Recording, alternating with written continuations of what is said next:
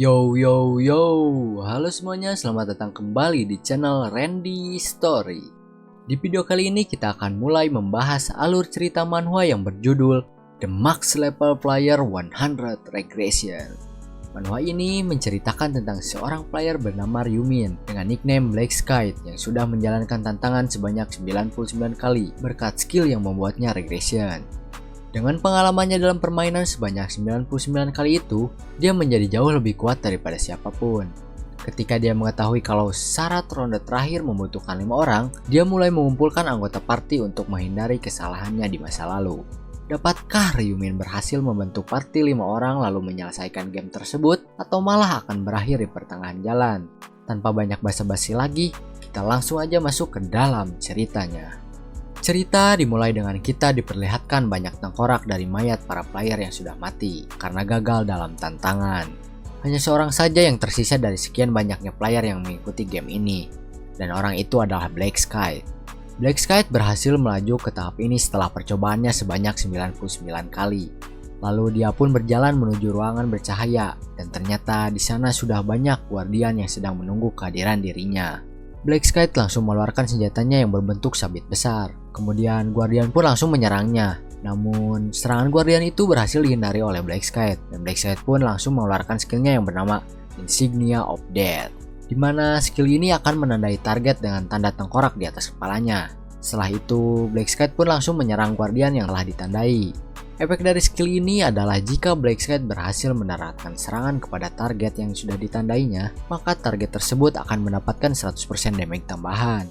Karena ada satu Guardian yang berhasil dikalahkan oleh Black Sky, para Guardian langsung menyerangnya secara bersamaan.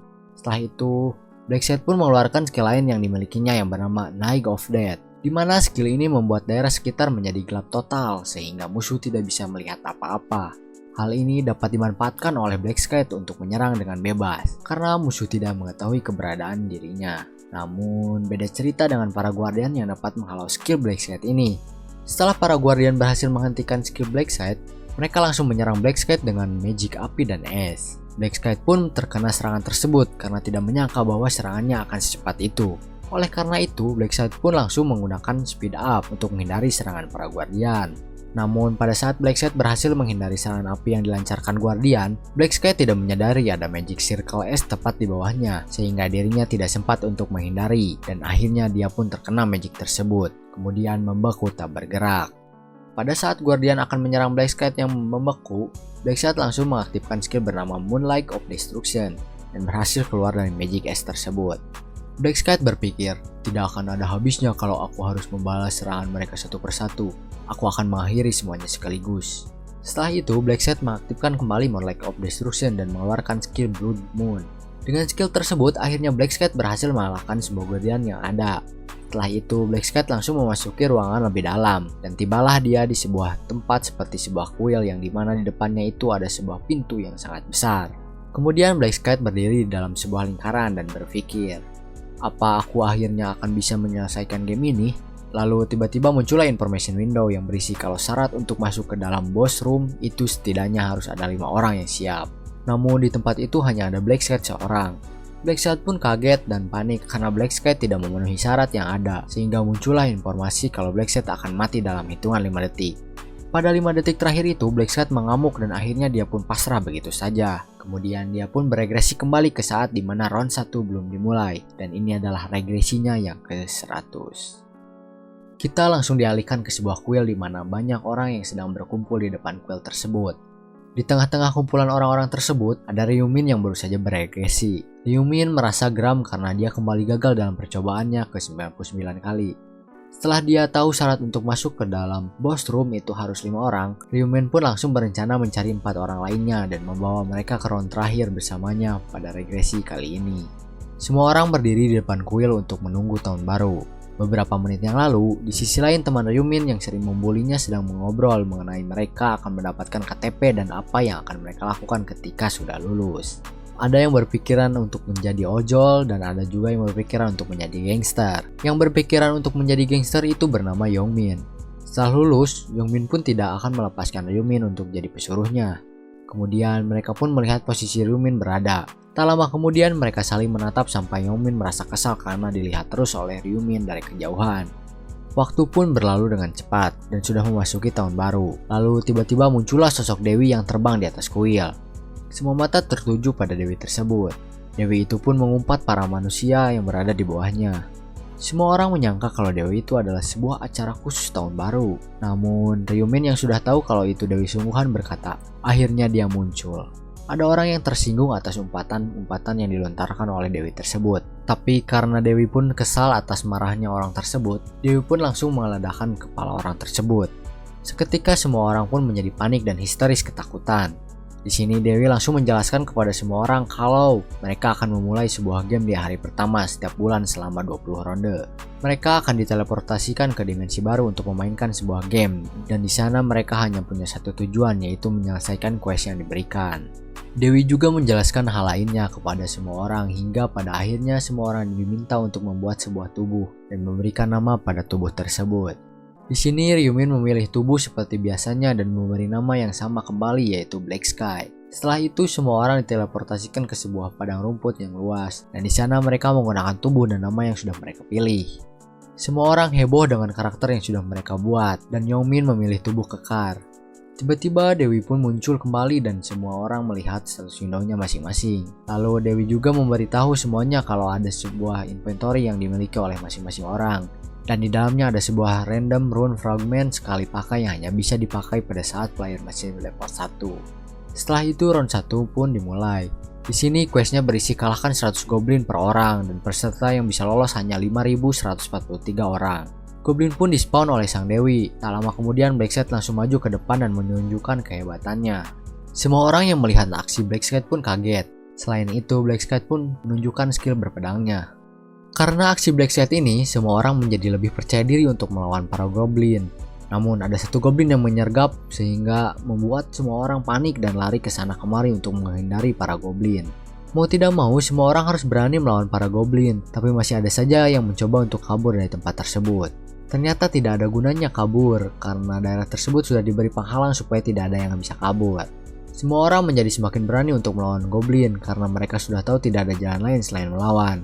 Di sini Dewi pun mulai tertarik dengan Black Sky. Black Sky membunuh goblin dengan sangat cepat, sampai-sampai membuat para goblin ragu untuk menyerang dirinya. Setelah itu Black Sky melihat status window-nya dan ternyata dia sudah level 4. Dia menggunakan semua stat point yang telah ia dapatkan dari naik level dan menaruhnya ke dalam Dexterity, di mana stat ini dapat meningkatkan attack speed dan movement speed.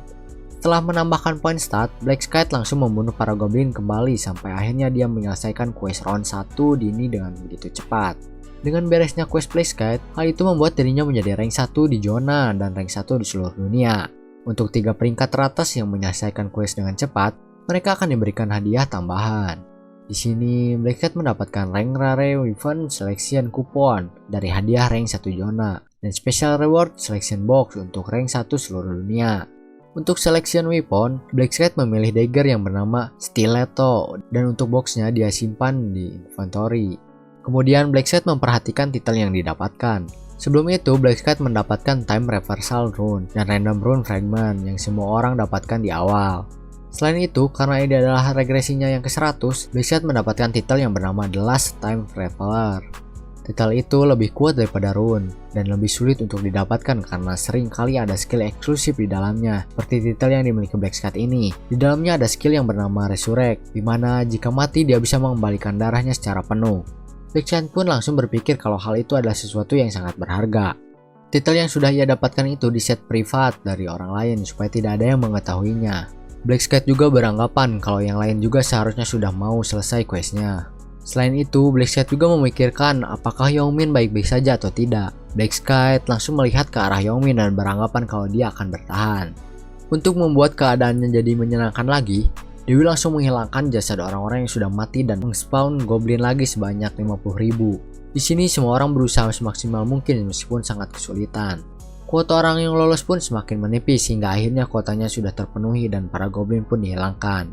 Semua orang yang belum menyelesaikan quest pun langsung dilenyapkan seperti jasad para orang yang mati. Dewi pun memperlihatkan papan peringkat dari zona tersebut dan seluruh dunia kepada orang-orang.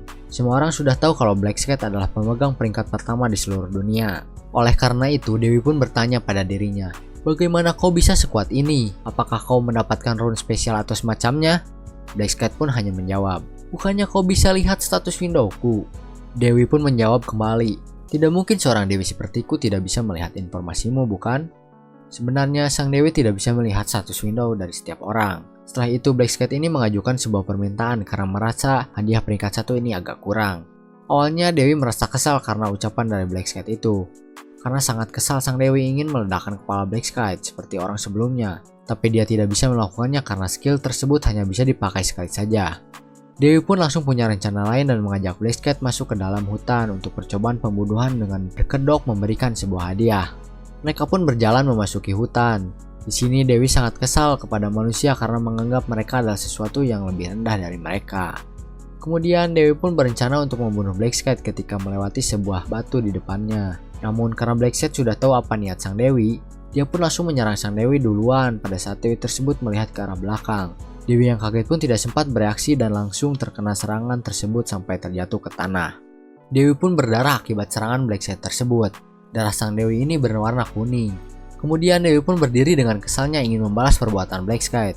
Namun saat melihat ke depan, Blackscat sudah hilang dan berada di belakang sang Dewi. Dewi tidak menyadari keberadaan Blackscat hingga sayapnya dipegang oleh Blackscat dan akhirnya dicabut dengan paksa.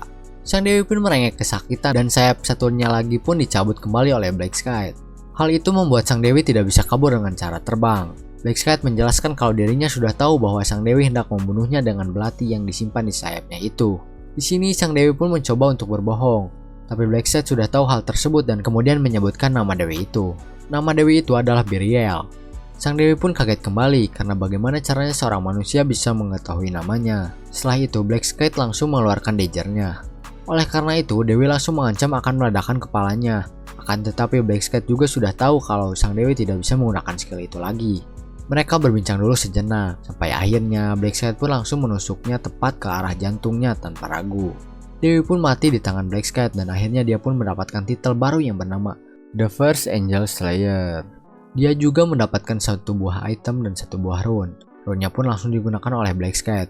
Rune yang ia dapatkan adalah Rune of Slaughter yang memiliki efek meningkatkan 1% semua stat setiap sasaran dibunuh. Tapi alasan terbesar Blackscat membunuh Dewi adalah item yang didapatkannya yang bernama Angel Blood, yang dimana memiliki efek dapat merubah kelas seorang menjadi Reaper. Pada saat player mencapai level 10, semuanya bisa mendapatkan kelas dengan cara membunuh monster atau memenuhi syarat tertentu untuk mendapatkannya. Tetapi berbeda dengan kelas unik seperti Reaper yang hanya bisa didapatkan melalui kejadian khusus. Setelah itu Blackscat langsung membuka inventory-nya dan memakai box selection yang sebelumnya telah dia dapatkan. Dari box ini Blackscat memilih 3 kali XP buff karena dia butuh secepatnya menaikkan levelnya ke level 10 supaya bisa mempunyai kelas.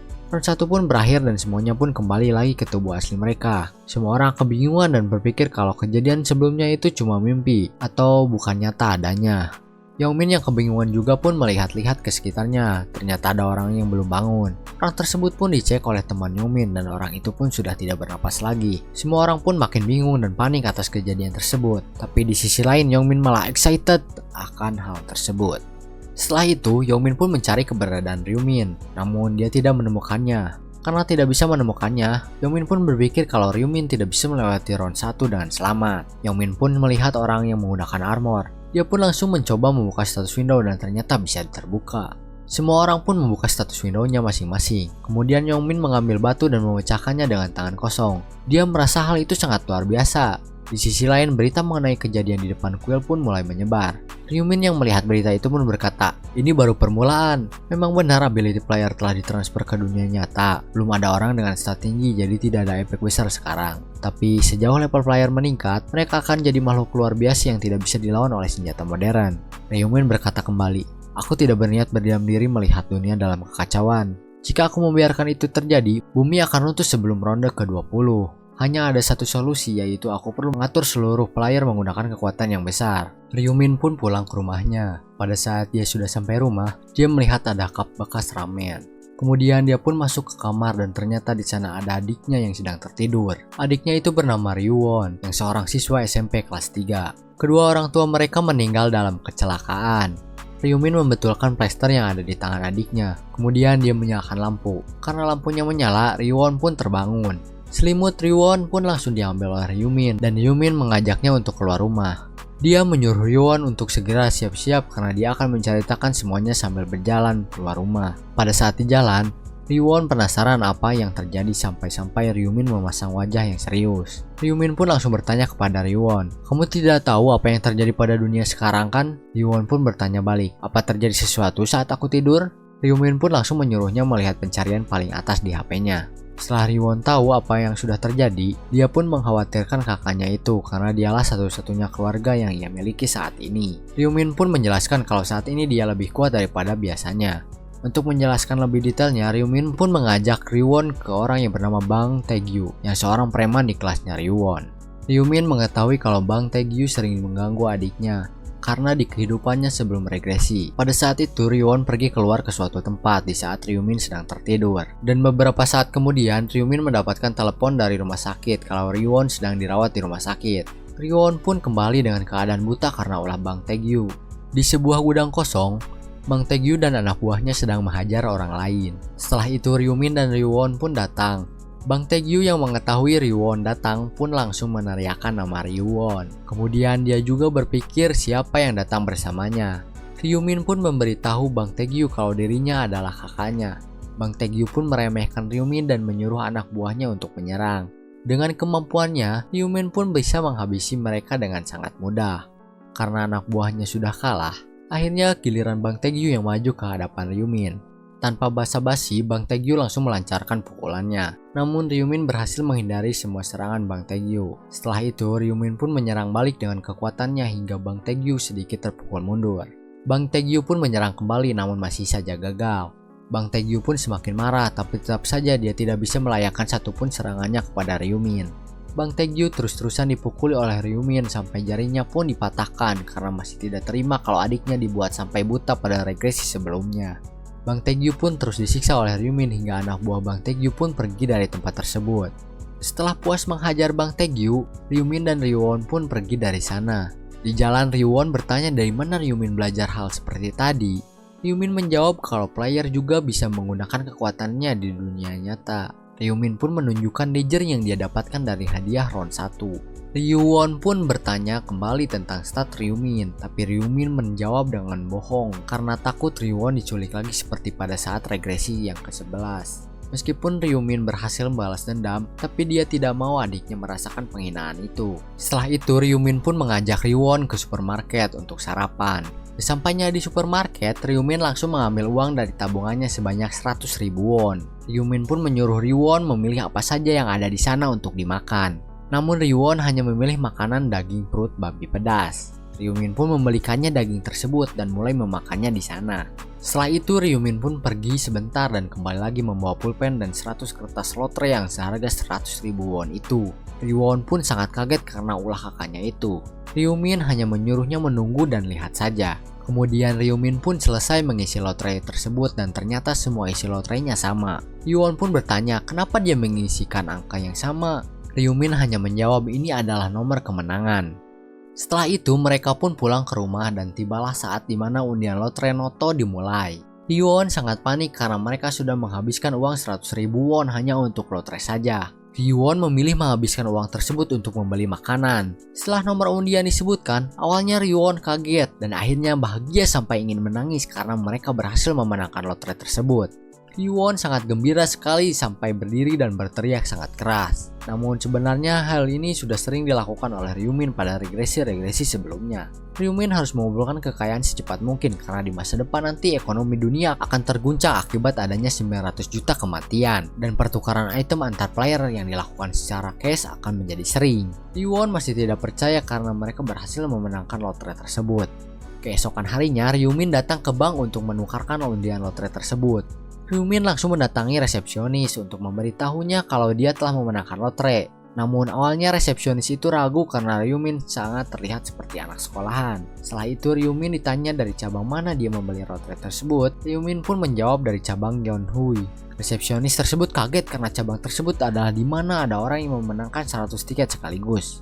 Resepsionis pun menyuruh Ryumin untuk menunggu sebentar. Dan beberapa menit kemudian, Presiden bank tersebut datang ke hadapan Ryumin dan membawa Ryumin ke suatu ruangan. Perempuan yang ada di dalam ruangan tersebut pun mengira kalau Ryumin adalah anak dari presiden bank. Namun setelah diperkenalkan oleh presiden, perempuan itu pun sedikit kaget. Di sini perempuan itu mulai mengecek undian milik Ryumin dan kaget kembali kenapa bisa ada orang yang membeli lotre dan mengisinya dengan angka yang sama kemudian menang.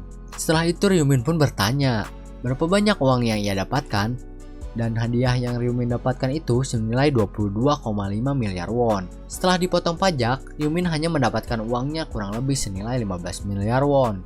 Dengan uang tersebut, Ryumin langsung membeli tempat tinggal baru dan membuat rekening saham karena dia akan menaruh uangnya pada Bitcoin yang akan meningkat 500% pada bulan depan. Hal ini juga sering dilakukan Ryumin pada regresi-regresi sebelumnya.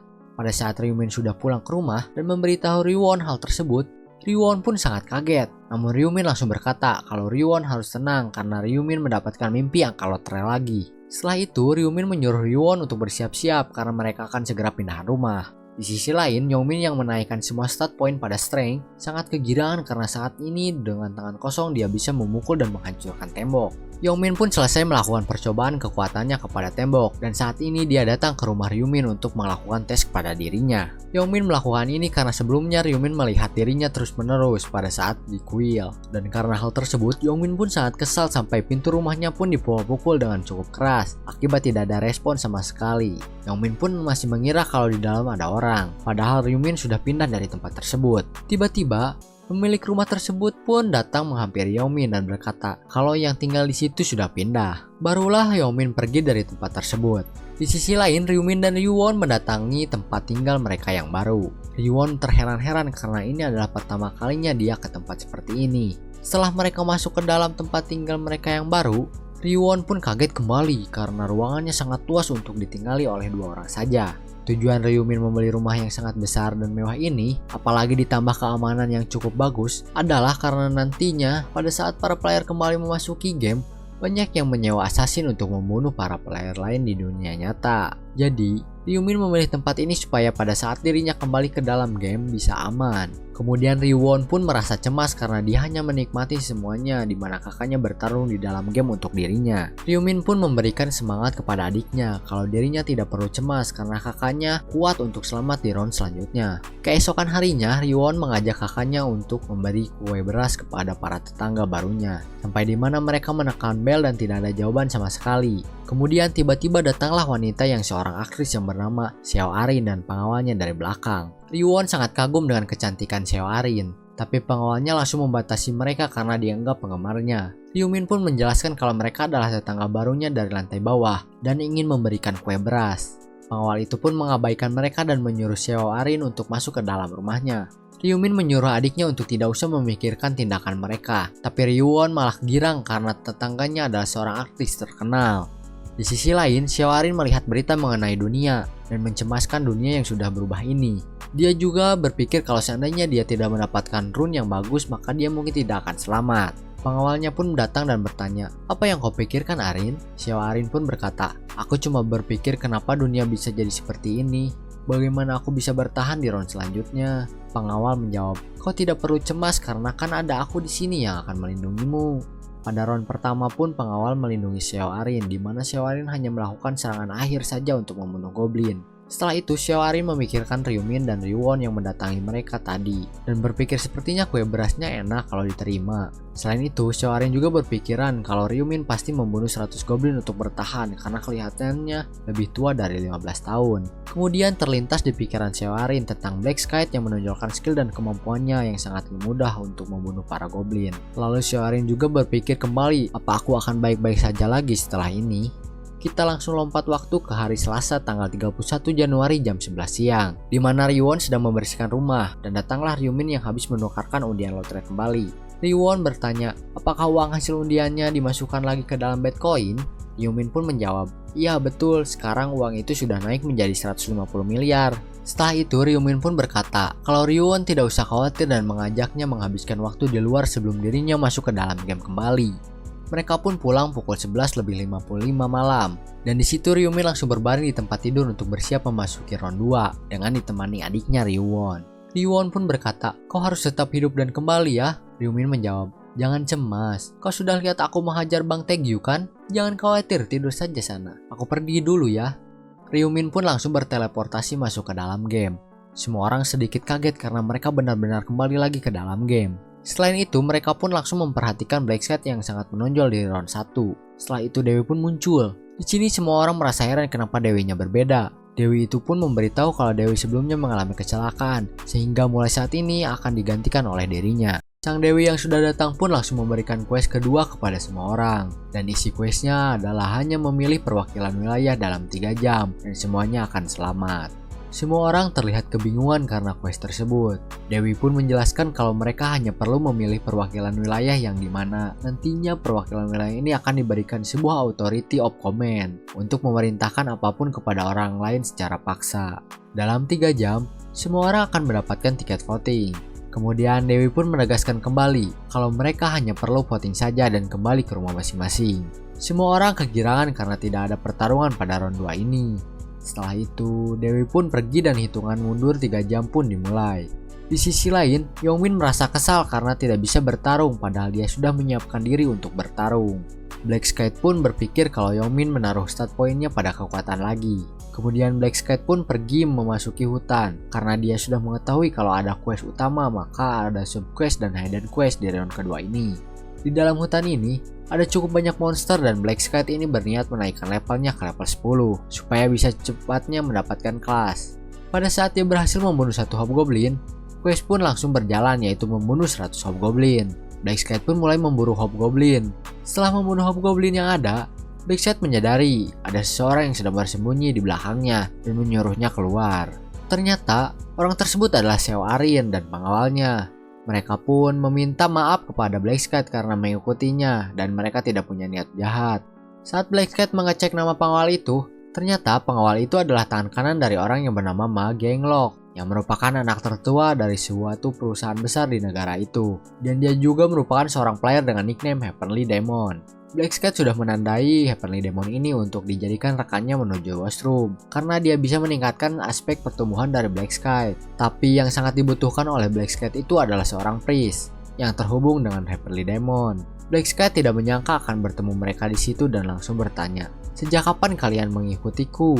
Xiao Arin menjawab, "Sejak awal, sejak kamu pergi ke hutan." Tujuan Xiao Arin mengikuti Black Sky adalah untuk membuat sebuah tawaran bekerja sama, namun Black Sky menolaknya lalu pergi. Black Sky pun melanjutkan perburuan hobgoblinnya sampai bertemu dengan 5 Gnoll sekaligus, tapi Black Sky mampu mengalahkannya dengan sangat mudah. Akhirnya Black Sky pun mencapai level 10. Setelah itu, subquest pun muncul, dan subquest ini berisi dapatkan adventure item atau sebuah kelas. Jika subquest ini berhasil diselesaikan, maka orang tersebut akan mendapatkan hadiah tiket diskon 50% item. Orang-orang kebingungan dengan adanya subquest ini. Meskipun semua orang tahu kalau mendapatkan kelas itu bagus, tapi mereka tidak tahu bagaimana cara mendapatkan advancement item tersebut karena hanya bisa didapatkan setelah memenuhi kondisi spesial seperti warrior yang setidaknya memiliki strength 10 dan membunuh 30 monster di jam yang sama. Kemudian berserkers perlu memburu selama beberapa waktu saat efek bleeding. Assassin perlu membunuh monster dari belakang beberapa kali. Intinya seseorang harus melakukan sesuatu yang berhubungan dengan kelas tersebut. Sebelumnya, Black Sky pernah berulang kali melacak monster dan kabur dari mereka saat berada di hutan, dan hal tersebut membuat dirinya mendapatkan kelas Hunter. Tak lama kemudian setelah itu, Black Sky pun langsung menggunakan item Angel Blood untuk mengubah kelasnya menjadi Reaper. Dan dia juga menggunakan rune yang bernama Reaper Rune yang merupakan hadiah dari kelas tersebut. Setelah itu, Black Sky juga mendapatkan sebuah sabit besar sebagai senjata seorang Reaper, dan karena levelnya sudah mencapai level 10, maka rank dia pun berubah menjadi apprentice yang sebelumnya adalah beginner. Rank itu dibagi menjadi 6 tingkatan di mana ada keuntungan saat rank kamu meningkat seperti kelas skill baru atau beberapa fungsi terbuka. Di sini Black Sky mendapatkan skill khusus Reaper yaitu Insignia of Death dan mendapatkan random gold pouch yang digunakan untuk mempelajari neutral skill yaitu tracking. Skill ini mempunyai efek dapat melacak lokasi target yang diinginkan, namun wajah dan nickname-nya harus sesuai. Black Sky pun langsung menggunakan tracking untuk melacak Yongmin, dan ternyata Yongmin berada tidak jauh dari dirinya, sekitar 150 meter saja. Black Sky pun langsung mengikuti tanda panah dari skill tracking untuk menuju ke lokasi Yongmin, karena pada regresi sebelumnya lokasi Yongmin itu 2 km lebih jauh. Di sisi lain, Xiao Arin dan pengawalnya sedang kabur dari kejaran Yongmin dan kawan-kawannya. Si pengawal kesal karena Xiao Arin terjatuh dan membuat mereka terkejar oleh Yongmin dan kelompoknya. Di sini kelompok Yongmin mengancam pengawal tersebut untuk menyerahkan Xiao Arin. Namun sang pengawal pun menolaknya dan memasang kuda-kuda untuk menyerang karena takut dengan atasannya, yaitu si Heavenly Demon. Tak lama kemudian Black Sky pun muncul dari samping mereka. Di sini Black Sky berusaha melindungi Xiao Arin dan pengawalnya karena mereka adalah orang yang dia kenal. Black Sky melakukan hal tersebut bukan tanpa alasan atau hanya sekedar kasihan terhadap mereka, tapi lebih ke ingin membuat sang Heavenly Demon merasa berhutang budi kepada dirinya. Di sini Yongmin merasa ragu, tapi akhirnya dia pun memberanikan diri untuk maju melawan Black Sky karena dia percaya diri dengan kekuatannya yang sudah ditingkatkan. Yongmin berencana mendekati Black Sky lalu memukul langsung ke arah wajahnya. Tapi hal itu percuma karena Black Sky yang duluan menyerang Yongmin. Yongmin pun langsung berusaha melayangkan tinjunya. Namun Black Sky mampu menghindari tinju itu dan menendang perut Yongmin hingga Yongmin bertekuk lutut. Lalu, setelah itu kepala Yongmin pun ditendang kembali. Kemudian Black Sky pun langsung memukuli Yongmin. Dan tiba-tiba teman Yongmin berusaha menyerang Black Sky dari belakang menggunakan panah. Hal tersebut berhasil dihindari oleh Black Sky, dan Black Sky pun langsung berlari mendekati pemanah tersebut. Setelah mendekat, Black Sky pun tanpa ragu langsung memotong tangan sang pemanah dengan sabit besarnya. Teman Yongmin yang lainnya pun langsung memasang kuda-kuda untuk menyerang Black Sky. Setelah itu, si botak pun datang menghampiri Black Sky untuk menyerang. Tapi Black Sky dengan sigap langsung menggunakan skill insignia update-nya dan membelah kedua kaki si botak. Untuk satu orang terakhir yang tersisa, Black Sky hanya memotong tangannya seperti si pemanah. Mengalahkan mereka begitu mudah bagi Black Sky yang mempunyai kemampuan jauh di atas rata-rata. Kemudian Yongmin yang sedang bersembunyi dan menyaksikan teman-temannya dibantai oleh Black Sky pun ketahuan oleh Black Sky. Tanpa basa-basi tangan Yongmin pun langsung dibelah seperti teman-temannya yang lain. Karena Black Sky merasa itu bukanlah hal menyakitkan ketimbang dirinya yang membulinya di sekolah. Setelah itu pengawal Xiao Arin pun berterima kasih kepada Black Sky karena telah menyelamatkan dirinya dan Xiao Arin dari kejaran kelompok Yongmin. Xiao Arin mengkhawatirkan kelompok Yongmin akan mati, tapi Black Sky pun berkata, "Memangnya kenapa kalau mereka mati? Mereka bahkan tidak selevel dengan hewan." Pengawal Xiao Arin pun bertanya, "Kenapa kau mengampuni mereka?" Dan Black Sky pun menjawab, "Aku tidak akan mendapatkan apa-apa dengan membunuh mereka." Dilanjutkan lagi dengan pertanyaan dari pengawal Xiao Arin yang bertanya, "Bagaimana kalau mereka menimbulkan masalah di masa depan?" Black Sky menjawab, "Masalah? Bisakah orang-orang ini membuat masalah di masa depan?" Setelah itu sang pengawal meminta nomor akun Black Sky untuk mengirimkan kompensasi kepada dirinya di dunia nyata. Namun Black Sky menolak hal tersebut lalu pergi meninggalkan mereka. Xiao Arin dan pengawalnya pun pergi juga, dan sebelum pergi, pengawal Xiao Arin tidak lupa untuk meludahi Yongmin dahulu. Di sisi lain, orang-orang sedang berdebat dan bertengkar mengenai siapa yang akan dipoting untuk menjadi perwakilan wilayah. Semua orang mengajukan dirinya masing-masing hingga orang dengan nickname Main Coklat Boy pun datang dan mencuci otak orang-orang untuk memilih dirinya dengan persuasion rune yang dimilikinya.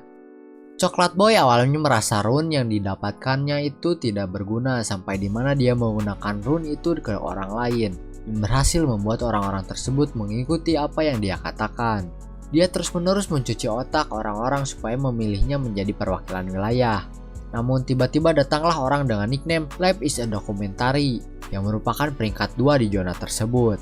Dia kesal karena Coklat Boy sembarangan menentukan siapa yang akan menjadi perwakilan wilayah dan menyebutnya penghasut.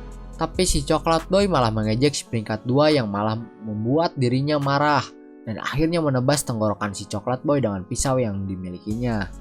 Si peringkat 2 pun mengancam semua orang untuk memvoting dirinya menjadi perwakilan wilayah. Dan kalau mereka tidak mau memvoting dirinya, maka mereka akan dibunuh oleh si peringkat 2. Di sini ada orang yang menentang si peringkat 2 dan akhirnya mereka pun langsung dibantai oleh si peringkat 2 itu. Karena hal tersebut, orang lainnya pun tidak ada yang berani menentang si peringkat 2 lagi. Si peringkat 2 ini sangat ingin menjadi perwakilan wilayah itu karena dia ingin membunuh Black Sky dan menjadi peringkat 1 di zona tersebut. Di sisi lain, Black Sky masih melanjutkan perburuannya hingga sekarang dia berlevel 16. Level Black Sky meningkat dengan sangat cepat karena dia berhasil membunuh 265 monster dari 100 yang ditargetkan. Selain itu, dia juga mempunyai 3 kali buff XP yang aktif, dan River Rune, serta Butcher Rune, di mana hal itu membuat serangan senjata menjadi ganda dan statnya pun menjadi ganda. Waktu quest pun sudah berakhir dan waktunya untuk memvoting siapa yang akan menjadi perwakilan wilayah. Semua orang pun disummon ke titik awal dimulainya ronde 2 ini. Setelah semua keributan yang terjadi selama diskusi, akhirnya sesi voting pun tiba. Semua orang dari seluruh arena dipanggil ke wilayah titik awal untuk memulai voting dan memutuskan siapa yang akan mereka pilih sebagai perwakilan wilayah tersebut. Terlihat di wilayah titik awal tersebut terdapat banyak mayat yang sudah dibunuh oleh Cho Jong-sik atau yang dikenal dengan nickname Life is a Documentary. Mayat-mayat tersebut sepertinya adalah mayat dari orang-orang yang menolak Cho Jong-sik untuk menjadi perwakilan wilayah mereka. Melihat kejadian tersebut, sepertinya Black Cat sudah menduga kalau Cho Jong-sik akan menang lagi pada konflik kali ini, seperti regresi-regresi yang sudah Black Cat lalui sebelumnya. Melihat kepribadian Cho Jong-sik yang sangat buruk, Black Cat berencana untuk membunuhnya karena dia merasa kalau Cho Jong-sik adalah bom waktu yang bisa meledak kapan saja. Tetapi, rencana tersebut tidak akan Black Cat lakukan sekarang dan menunggu waktu yang tepat untuk membunuhnya. Cho Jong-sik yang melihat Black Cat yang sudah dipindahkan ke titik awal langsung menghampirinya dengan niatan terselubung untuk merekrutnya. Melihat kepercayaan diri Cho Jong-sik, Black Cat tertawa dan menyuruhnya berlutut sambil memohon ampun karena menurutnya itulah satu-satunya cara agar Cho Jong-sik bisa tetap hidup. Mendengar kata-kata provokasi dari Black Cat, Cho Jong-sik pun terpancing emosinya dan merasa Black Cat belum memahami situasinya. Mendengar omong kosong dari Cho Jong-sik, Black Cat langsung mengeluarkan senjata sabit besarnya untuk mengintimidasi Cho Jong-sik. Melihat senjata yang mengerikan itu, Cho Jong-sik langsung merasa ketakutan dan merasa kalau dia telah membuat Black Cat marah. Cho Jong-sik yang merasa ketakutan itu tetap mencoba untuk tetap tenang dan semakin memprovokasi Black Cat untuk melawannya. Black Cat yang melihat kegigihan Cho Jong-sik akhirnya berhenti dan tidak berniat untuk melawannya. Ternyata Black Cat tidak melawannya sekarang karena dia memiliki rencana untuk menggunakan Cho Jong-sik di round ketiga nanti. Apalagi di keadaan tersebut, malaikat akan segera datang. Malaikat pun datang dan bertanya apakah orang-orang sudah memutuskan siapa yang akan menjadi perwakilan di wilayah tersebut. Malaikat akhirnya memulai sesi voting yang akan diadakan selama 5 menit. Dan player yang tidak memilih siapapun selama jangka waktu tersebut akan tereliminasi dan akan mati. Tak disangka semua orang yang melakukan voting matanya tertuju pada Cho Jong-sik. Melihat keadaan tersebut, Cho Jong-sik merasa percaya diri dan mulai berteriak, siapapun yang tidak memilihnya akan dibunuh olehnya. Sesi voting pun berakhir dan malaikat pun memperlihatkan hasil voting tadi. Tak disangka, kali ini Black Cat berada di peringkat kedua dan Cho Jong-sik di peringkat pertama, yang otomatis membuatnya menjadi perwakilan wilayah tersebut. Melihat dari hasil voting tersebut, malaikat pun memberi authority of command kepada perwakilan wilayah yang tidak lain adalah Cho Jong-sik. Namun, tak disangka skill tersebut memiliki kekurangan yaitu hanya bisa digunakan 10 kali dan tidak akan bekerja kepada player yang sudah memiliki kelas seperti Black Sky.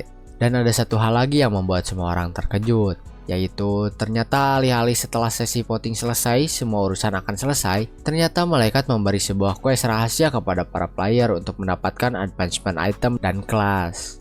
Tak disangka ada player yang sudah advancement ke sebuah kelas di wilayah tersebut dan player itu tidak lain dan tidak bukan adalah Black Sky. Mendengar itu semua, orang-orang yang berada di wilayah tersebut terkejut karena lagi-lagi Black Sky berada di peringkat pertama di seluruh wilayah. Orang-orang yang terkejut melihat Black Sky sudah memiliki kelas bertanya-tanya, kelas macam apa Reaper sebenarnya, dan berasumsi bahwa kelasnya itu adalah kelas yang kuat. Di sisi lain, Cho Jong-sik yang sudah berencana membunuh Black Cat dengan skill authority of command-nya itu hancur sia-sia karena Black Cat yang sudah memiliki kelas. Malaikat yang melihat Black Cat peringkat pertama di seluruh wilayah terkesima dengan performanya dan bertanya kepadanya kenapa dia memilih nickname itu karena nickname tersebut sangat cocok dengan kelas yang dimilikinya sekarang. Malaikat juga bertanya, apakah kamu sudah tahu bagaimana cara mendapatkan kelas Reaper sebelumnya?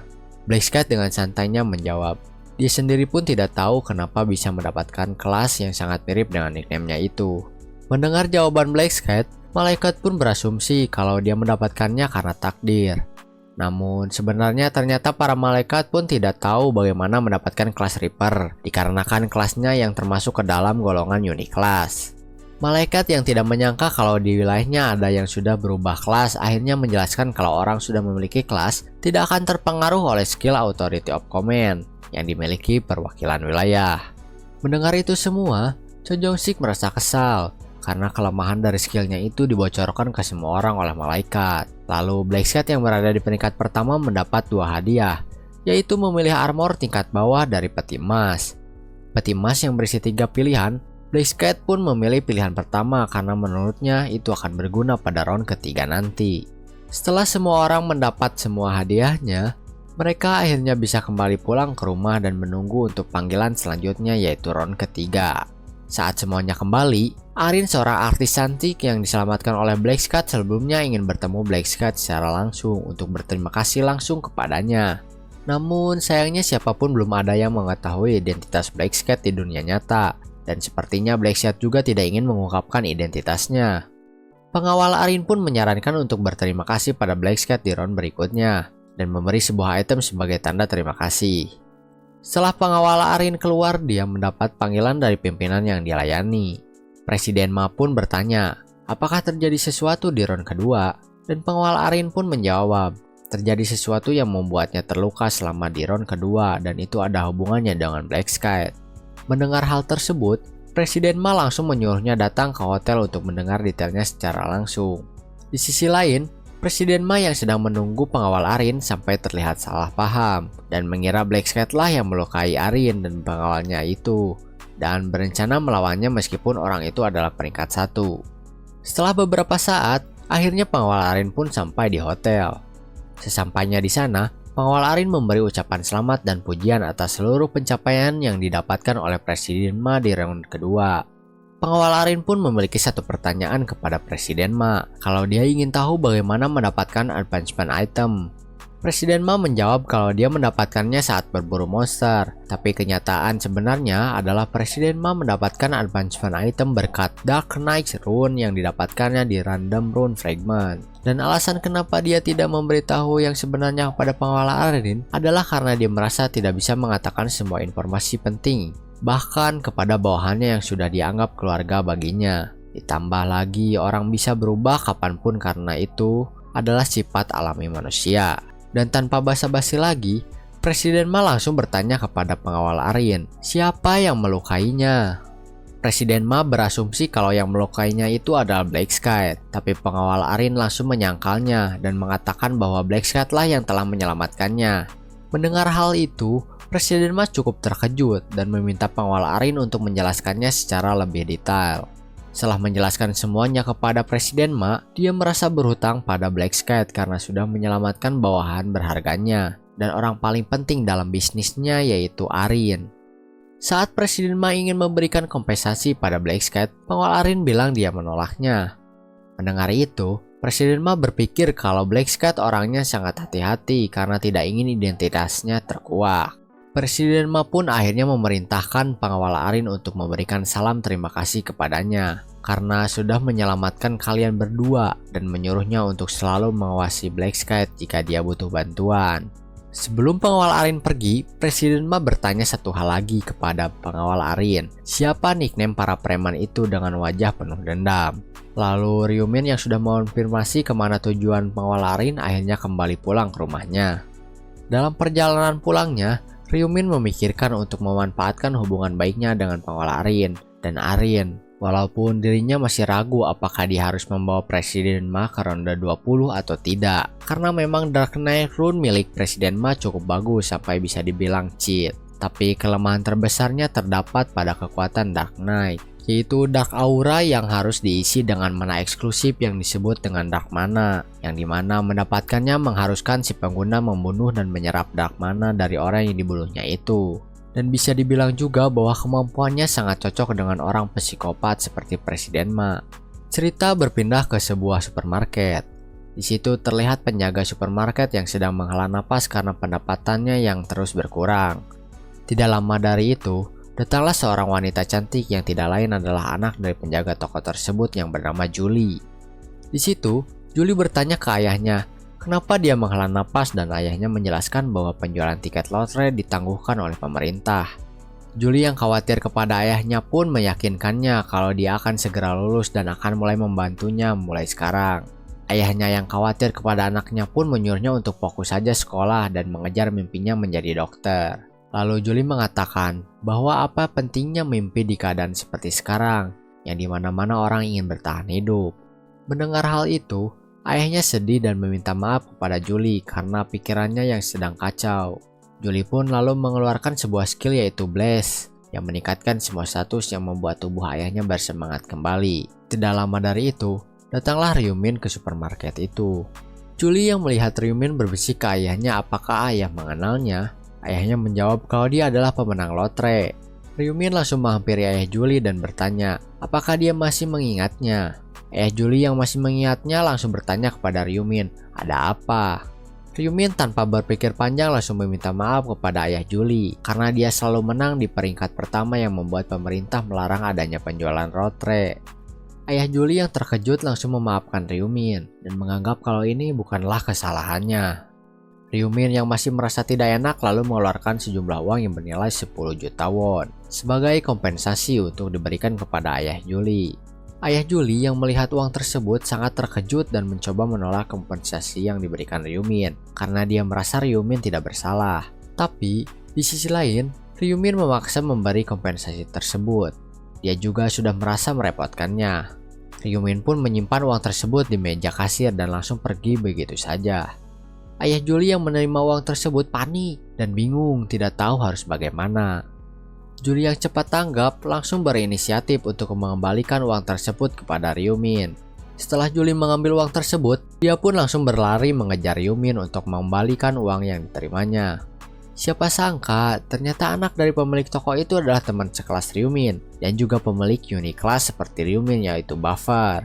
Dan ternyata alasan Ryumin bertemu dengannya pertama kali dan berpura-pura baru kenal adalah untuk membuat Julie berada di sisinya. Julie pun lalu mengajak Ryumin ke taman dan langsung mengembalikan uang yang diterimanya. Tapi Ryumin tetap ngotot tidak mau menerima kembali uang yang sudah diberikannya. Ryumin yang mencoba mengalihkan pembicaraan dan mencoba mengobrol dengannya karena sudah mengenal Julie dari regresi yang sebelumnya akhirnya meminta nomor Julie agar bisa saling menghubungi. Julie yang terkejut dan tersipu malu pun memberikan nomornya kepada Ryumin. Setelah itu, Ryumin pergi dan ada hal penting yang harus dikerjakannya.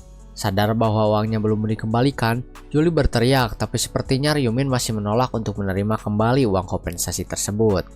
Julie yang masih terkejut karena Ryumin meminta nomornya, membuat jantung Julie berdebar-debar meskipun dia tahu kalau Ryumin meminta nomornya itu sebagai teman. Tapi dia menyukai hal yang terjadi kepadanya. Julie mengingat awal pertemuannya dengan Ryumin, di mana dia bertemu Ryumin secara kebetulan dan melihatnya sedang dirundung oleh beberapa siswa. Melihat hal tersebut, dia langsung menelpon polisi untuk melaporkan masalah tersebut. Awalnya, Julie masih bingung dengan perasaannya ini. Apakah dia merasa kasihan padanya atau merasa bertanggung jawab karena sudah melaporkan masalahnya. Tapi, seiring berjalannya waktu, Julie semakin sering memperhatikan Ryumin dari kejauhan dan mulai paham bahwa Ryumin adalah orang yang lebih kuat dari penampilannya. Julie merasa semua itu berawal dari rasa penasaran dan berubah menjadi rasa tertarik terhadapnya. Tapi sayangnya Julie tidak memiliki keberanian untuk bicara kepadanya dan membuat perasaannya itu semakin besar setiap harinya. Tapi siapa sangka Julie dan Ryumin bisa bertemu seperti sekarang dan bahkan saling bertukar nomor. Setelah kejadian tersebut, Julie memantapkan hatinya untuk lebih berani berbicara pada Ryumin ke depannya dan berencana mengajaknya pergi makan. Di rumah, Ryumin terlihat sedang chattingan dengan Julie. Dalam obrolan tersebut, terlihat sepertinya Julie mengajak Ryumin untuk makan siang. Dan selama mengobrol dengan Julie, Ryumin berpikir untuk menjaganya dan membawanya sampai ke round 20. Lalu saat jam makan siang, Ryumin sudah bersiap untuk makan siang bersama Julie. Adiknya yang sedang duduk menonton TV melihat kakaknya yang sedang bersiap untuk pergi. Lalu dia pun bertanya kepadanya, dia mau pergi kemana? Lalu Ryumin menjawab kalau dirinya akan pergi makan bersama teman perempuannya. Adiknya yang mendengar hal itu pun langsung berasumsi kalau kakaknya akan pergi berkencan. Sesampainya mereka di tempat makan siang, ternyata Julie memilih untuk makan di restoran yang khusus steak. Karena Julie yang terlalu gugup untuk mengatakan sesuatu membuat keadaan menjadi sangat canggung. Julie yang sudah memantapkan hatinya, akhirnya memberanikan diri untuk bertanya sesuatu kepada Ryumin. Setelah suasana sedikit mencair, Julie pun menanyakan bagaimana ronde pertamanya Ryumin dan bertanya Ryumin ada di region mana.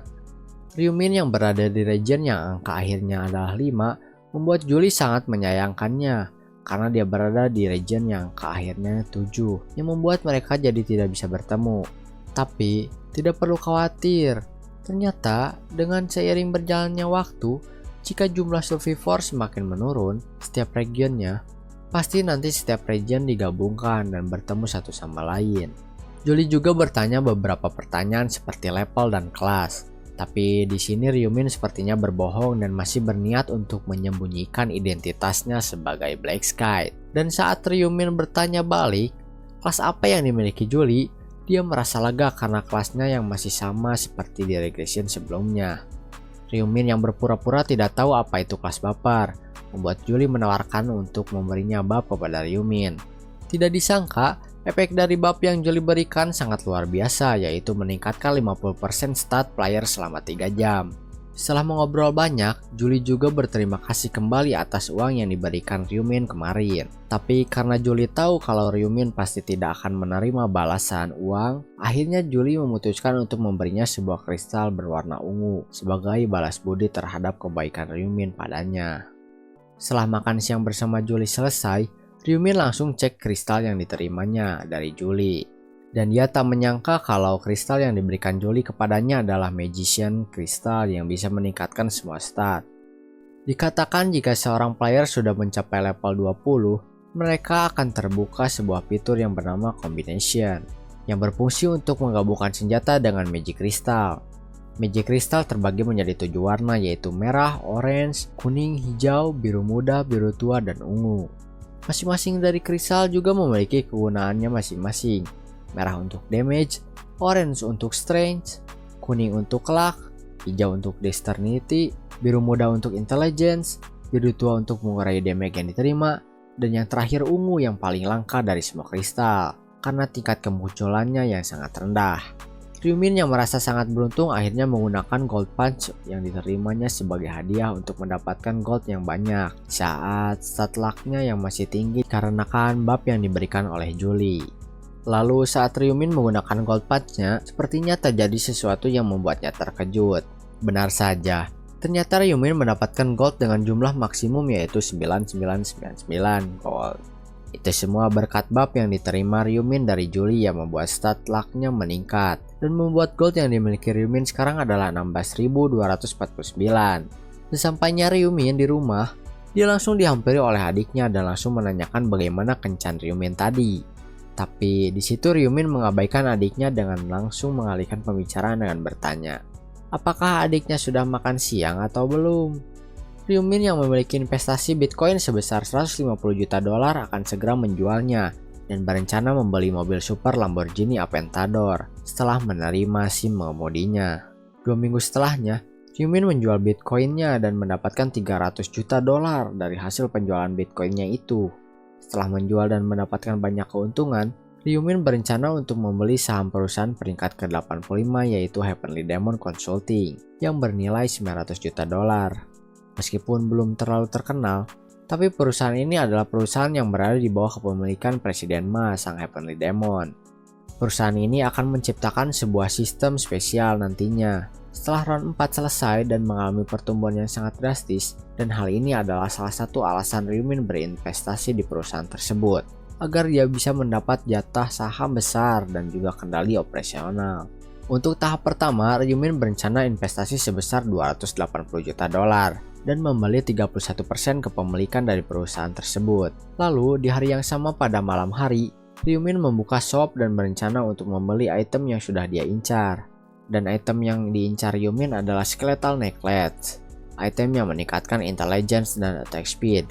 Tidak hanya itu, item ini juga bisa terbilang cukup murah dengan efek yang seperti itu.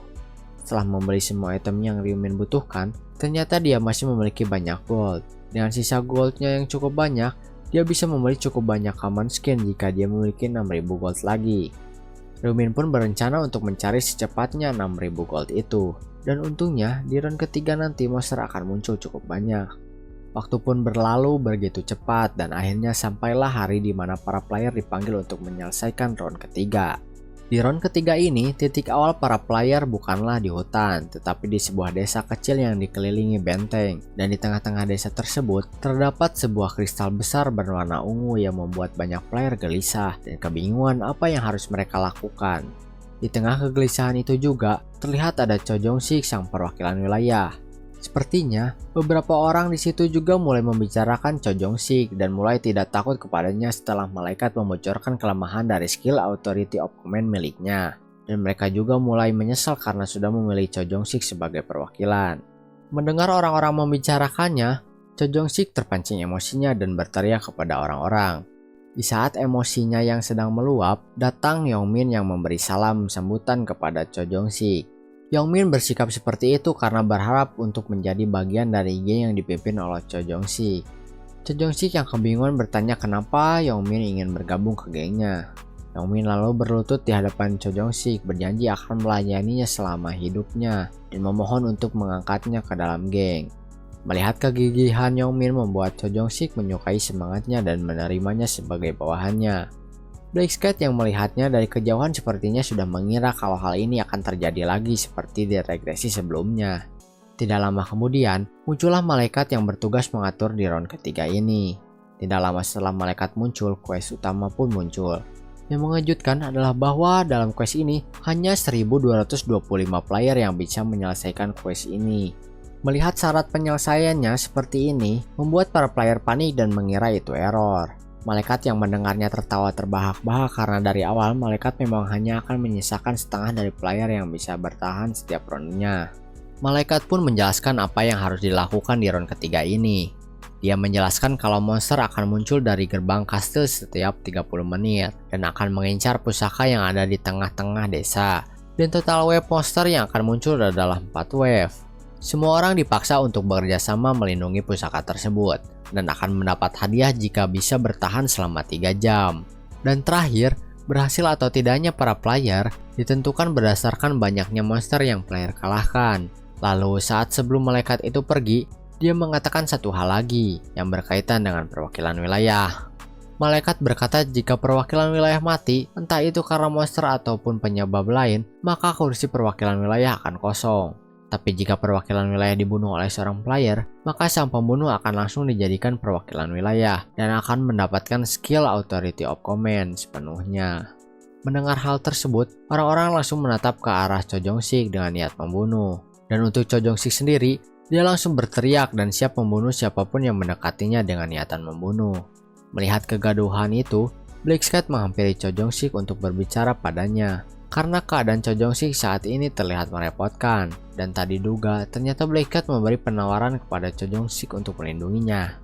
Mendengar perkataan Black Cat, membuat Cho Jong-sik kebingungan dan membuatnya terdiam sejenak. Black Cat pun menjelaskan kalau dia akan melindunginya agar orang lain tidak mengincarnya, yang artinya dia juga bertanggung jawab mengawal Cho Jong-sik sendirian. Mendengar percakapan Black Sky dengan Cho Jong-sik membuat orang-orang mengurungkan niatnya untuk membunuh Cho Jong-sik, karena jika mereka melawan Cho Jong-sik berarti mereka juga akan berhadapan dengan Black Sky. Melihat respon orang-orang dan penawarannya cukup menguntungkan bagi Cho Jong-sik, dia merasa kalau Black Sky tidak hanya menawarkan itu secara cuma-cuma dan pasti ada hal yang diinginkannya sebagai bayarannya. Cho Jong-sik pun bertanya sebagai gantinya, Black Sky menginginkan apa? Black Sky menjawab dia hanya ingin Cho Jong-sik mengikuti semua perintah darinya sebagai syaratnya. Saat Cho Jong-sik mendengar syarat tersebut, dia merasa harga dirinya dijatuhkan karena jika dia mengikuti syaratnya, maka secara tidak langsung dia harus menjadi bawahannya Black Sky. Cho Jong-sik yang dilema apa dia harus menerima tawarannya atau tidak. Jika dia menerima, maka dia harus membuang harga dirinya, tapi jika dia tidak menerimanya, maka dia akan diincar oleh banyak player. Setelah beberapa saat, Cho Jong-sik akhirnya memutuskan pilihannya, dan secara mengejutkan dia menolak tawaran dari Black Sky. Black Sky yang sudah menduga hal tersebut akan terjadi karena tidak mungkin orang seperti Cho Jong-sik akan membuang harga dirinya semudah itu. Black Sky pun berpikir untuk sedikit menakut-nakutinya dengan berkata dia tidak akan mempedulikannya mau dia mati atau tidak. Black Sky tidak akan peduli karena itu bukan urusannya. Mendengar hal itu membuat para player semakin berkeinginan untuk membunuh Cho Jong-sik. Di lain sisi, Cho Jong-sik yang terpancing dengan kata-kata Black Sky mulai mempertimbangkan kembali pilihannya itu. Tiba-tiba wave dimulai, 9.800 goblin yang sudah dilemahkan pun muncul. Cho Jong-sik yang ketakutan akhirnya dia pergi ke tempat Black Cat bertarung melawan para goblin. Cho Jong-sik melihat Black Cat dari atas rumah merasa bahwa dia terlalu sok kuat hanya karena levelnya lebih tinggi dari player lain. Dan merasa bahwa Black Cat akan lari setelah beberapa saat melawan para goblin itu. Tapi ternyata setelah melihat Black Cat bertarung, dia tidak menyangka kalau Black Cat akan mengalahkan goblin itu dengan mudahnya. Melihat Black Cat yang sekuat itu membuat Cho Jong-sik untuk mengumpulkan XP sebanyak-banyaknya dengan harapan ia dapat menaikkan levelnya juga. Namun, di saat dia sedang melawan beberapa goblin, dia lupa kalau dia tidak hanya menjadi incaran para goblin, tapi juga para player. Dan saat melawan para goblin, ada yang mengincar kepalanya dari arah yang tadi ketahui. Dan dari arah lain pun, ada seorang player menusuknya menggunakan tombak, tapi ternyata Cho Jong-sik masih selamat dari serangan itu. Cho Jong-sik yang terluka akhirnya mencari cara untuk bertahan hidup tanpa harus meminta bantuan dari Black Cat. Tidak lama kemudian, dia melihat player peringkat ketiga di wilayahnya saat ini, yaitu seorang player dengan nickname Black Dragon in my right arm. Melihat kesempatan emas di depannya, Cho Jong-sik langsung mengajak sang peringkat ketiga untuk melindunginya. Di sisi lain, Black Cat yang sedang bertarung dengan banyak goblin telah mengumpulkan banyak SP dan gold sebanyak 2000. Dan dengan terkumpulnya 15.000 gold, Black Cat hanya perlu mengumpulkan 5.000 gold lagi agar mencapai 20.000 gold dan dapat membeli 2 common skill dan juga mendapatkan sebuah rune. Setelah pertarungan yang cukup intens yang dilalui para player, akhirnya wave pertama pun selesai dengan 3.933 player bertahan. Cho Jong-sik yang sebelumnya kewalahan karena tidak hanya harus menghadapi para goblin, tapi juga harus menghadapi para player yang mengincar nyawanya, tak disangka juga dapat selamat di wave pertama. Tapi ternyata dia selamat ternyata atas bawahan yang mengikutinya dan membantunya, yaitu Yongmin dan si peringkat ketiga. Tetapi meskipun mendapat bantuan, Cho Jong-sik tetap kesusahan karena luka yang didapatkannya di wave pertama karena melawan para player. Tidak lama setelah wave pertama selesai dan wave kedua pun segera dimulai. Dan seperti yang diharapkan dari Black Cat, dia dengan mudahnya membantai para goblin dan mencapai level 20 di wave kedua ini. Di level ke-20 ini, Black Cat mendapat banyak benefits, seperti terbukanya fitur combination dan yang paling menguntungkan adalah dia mendapatkan skill eksklusif yaitu Knight of Death yang dapat bersinergi dengan rune miliknya yaitu Rune River. Setelah Black Cat mencoba skill barunya itu, tak lama kemudian wave kedua selesai dengan cepat. Melihat goalnya yang sudah mencukupi, Black Cat langsung membuka shop untuk membeli common skill yang sudah dia incar yaitu Presence Detection. Dengan skill barunya itu, Black Cat dapat memburu goblin lebih efektif karena dia bisa mengidentifikasi seluruh targetnya yang berada dalam radius 30 meter. Seiring berjalannya waktu, wave ketiga dan wave keempat pun sudah dilewati oleh para player dan tersisa waktu 1 jam lagi agar quest di ronde ketiga ini selesai. Namun, tak disangka di wave kelima ini, para player harus menghadapi lawan yang cukup tangguh yaitu 10.800 genol yang bisa dibilang lebih kuat tidak seperti goblin-goblin pada wave sebelumnya. Cho Jong-sik yang semakin kewalahan dengan semakin sulitnya keadaan akhirnya menerima tawaran dari Black Cat untuk melindunginya. Namun secara mengejutkan Black Cat menolak permintaan dari Cho Jong-sik karena dia merasa tidak membutuhkan orang yang bahkan tidak tahu cara menggunakan Authority of Command. Cho Jong-sik yang sudah merasa pasrah dipanggil oleh Yongmin dan dia bilang dia akan membantunya. Tapi setelah Cho Jong-sik merasa aman karena Yongmin berada di sisinya, hal tak terduga pun terjadi.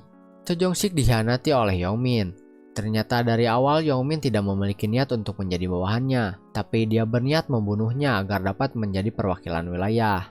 Setelah Yongmin berhasil membunuh perwakilan wilayah sebelumnya, otomatis dia sekarang menjadi perwakilan wilayah yang baru dan mendapatkan skill Authority of Command. Yongmin yang sudah memiliki skill tersebut memiliki niat jahat untuk mengendalikan Xiao Arin sesukanya. Setelah menjadi perwakilan wilayah yang baru, Yongmin langsung menghampiri Black Cat untuk menerima tawarannya. Awalnya Black Cat sempat menolak Yongmin, tapi saat Yongmin menuruti perintahnya untuk berlutut memohon padanya, dia merasa kalau Yongmin akan sedikit berguna tidak seperti Cho Jong-sik. Dan akhirnya setelah itu Black Cat menerima permohonan Yongmin untuk melindunginya. Melihat Black Cat yang melindungi Yongmin, para player ketakutan untuk membunuh Yongmin. Di saat situasinya lebih tenang, Blackscat memerintahkan sesuatu yang tidak terduga, yaitu Yongmin diperintahkan untuk menggunakan semua Authority of Command miliknya dan menghancurkan relik yang seharusnya dijaga oleh para player. Yongmin pun terkejut dan ragu, karena jika dia menggunakan seluruh Authority of Command, maka rencana untuk memerintahkan Xiaorin menjadi budak akan gagal. Blackscat juga memerintahkan untuk menggunakan 10 Authority of Command-nya kepada seluruh temannya Yongmin. Yongmin yang tidak punya pilihan lain akhirnya menggunakan Authority of Command miliknya dan memerintahkan untuk menghancurkan relik. Para player yang tiba-tiba mendapatkan notifikasi kalau relik sedang diserang langsung menyuruh mereka tidak menyerang relik. Tapi itu semua tidak ada gunanya karena skill Authority of Command itu sifatnya mutlak, jadi akan sia-sia menyuruh mereka berhenti. Tidak lama setelah relik dihancurkan, para player mendapat penalti untuk bertahan dari Proxy of Divine Retribution yang akan disummon selama 30 menit. Ternyata menghancurkan relik sudah menjadi rencana Blackscat dari awal untuk men-trigger munculnya sebuah hidden subquest, yaitu bertahan melawan Proxy of Divine Retribution dan mendapat gold sebanyak 3000. Melihat hadiah yang lebih menguntungkan dari main quest, para player merasa cukup senang, tapi kesenangan tersebut tidak berlaku pada teman-teman Yongmin dan dirinya, karena mereka mendapat hukuman penurunan stat secara permanen, dan itu adalah hal yang sangat fatal di dunia bertahan hidup seperti ini. Lalu, Blackscat di sisi lain mulai bersiap untuk melawan Proxy of Divine Retribution. Dia membeli beberapa item normal dari gold tambahan yang dia kumpulkan. Selain itu, dia juga menggunakan fitur combination untuk memperkuat equipment yang dia gunakan. Di saat suasana mulai mencekam, karena Proxy of Divine Retribution akan disummon, semua orang mulai bersiap, bahkan ada yang berniat untuk kabur dari Proxy of Divine Retribution. Tapi, kabur dari Proxy of Divine Retribution bukanlah hal yang mudah, karena Proxy of Divine Retribution adalah salah satu monster yang dapat mengalahkan player dengan level 40 dengan mudah. Tapi, Blackscat memiliki rencana untuk mendapatkan hadiahnya dan membunuh Proxy of Divine Retribution, karena dia memiliki keuntungan yaitu memiliki titel The First Angel Slayer. Setelah membunuh malaikat di ronde pertama, titel tersebut memiliki atribut yang cukup menguntungkan untuk melawan Proxy of Divine Retribution, yaitu akan menggandakan stat ketika melawan makhluk tipe Divine. Dan tentu saja, Proxy of Divine Retribution adalah monster tipe Divine. Tidak lama kemudian, Proxy of Divine Retribution muncul. Para player yang melihat penampilan dari Proxy of Divine Retribution mulai meremehkannya. Tapi setelah Proxy of Divine Retribution merapalkan mantra Restriction Failed yang membuat para player terjebak di dalam area tersebut dan tidak bisa kemana-mana, mereka pun panik. Dan para player yang terjebak di situ juga statnya akan dikurangi sebanyak 50%. Proxy of Divine Retribution tidak hanya merapalkan satu mantra, tapi dia juga merapalkan satu mantra lagi yang mengeluarkan banyak tombak dan diluncurkan kepada player yang terjebak dalam Restriction Field. Blackscat yang berada di luar area memalingkan wajahnya karena apa yang dia lihat di dalam Restriction Field sudah seperti pembantaian, karena menghindar di dalam sana sudah hampir mustahil. Blackscat yang melihat Proxy of Divine Retribution sedang sibuk memburu para player, dia mencoba ke bagian belakang Proxy of Divine Retribution untuk mencari celah dan menyerangnya. Saat jaraknya sudah dekat, Blackscat mengaktifkan Insignia of Death-nya dan langsung menyerang tepat di matanya. Akibat efek dari Insignia of Death, Proxy of Divine Retribution hanya memiliki sisa stamina 60%. Proxy of Divine Retribution yang terluka juga mencoba merapalkan mantra Restriction Failed-nya untuk menangkap Blackscat. Tapi karena mata Proxy of Divine Retribution sudah terluka, maka Blackscat akan mengincar mata yang satunya lagi. Dan di saat kedua matanya terluka, skill menyerang Proxy of Divine Retribution sudah tidak ada gunanya karena dia sudah tidak mempunyai mata untuk melihat. Blackscat yang berdiri tepat di belakang Proxy of Divine Retribution mengaktifkan skill Knight of Death dan berniat untuk mengakhirinya. Proxy of Divine Retribution yang hanya memiliki sisa nyawa 10% akibat serangan dari Blackscat juga kehilangan kedua sayapnya. Proxy of Divine Retribution ternyata memiliki satu skill pasif yang cukup merepotkan, yaitu skill pasif Brilliant Final Radiance yang membuat Proxy of Divine Retribution menjadi kebal terhadap serangan apapun selama 1 menit. Blackscat yang melihat perjuangan terakhir Proxy of Divine Retribution dari kejauhan sambil menunggu durasi waktunya hilang, akhirnya menyerang saat skill pasifnya hilang. Dan serangan itu adalah serangan terakhir yang membuat Proxy of Divine Retribution dikalahkan. Black Scat yang berhasil mengalahkan Proxy of Divine Retribution langsung naik level sebanyak 3 level dan mendapatkan gold 8.200 dan gold tambahan sebanyak 4.100. Tidak hanya itu, Black Scat juga mendapatkan titel Defier of Divine Retribution, Condense Ether, dan Radiance Rune. Karena Proxy of Divine Retribution sudah dikalahkan, maka Hidden Subquest pun selesai dan para player mendapatkan gold sebanyak 3.000 gold. Setelah seluruh quest selesai, malaikat pun datang dan mengakui kemampuan Black Scat dan bertanya kenapa dia ingin membunuh Proxy of Divine Retribution.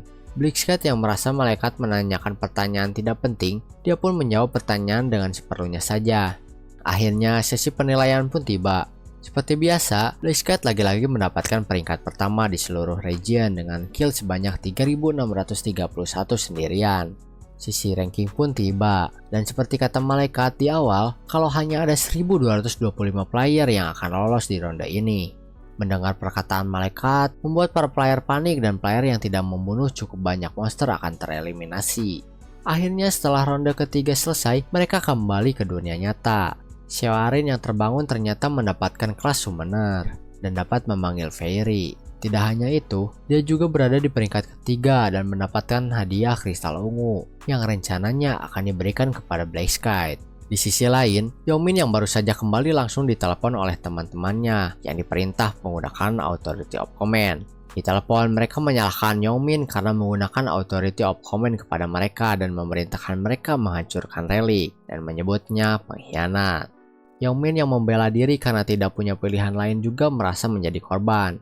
Lalu pada siang hari di hotel, pengawal Arin melaporkan kembali kepada Presiden Ma segala hal yang terjadi di ronde ketiga itu. Dia juga melaporkan kelas yang didapatkannya yaitu Kenai dan Xiaorin adalah Summoner.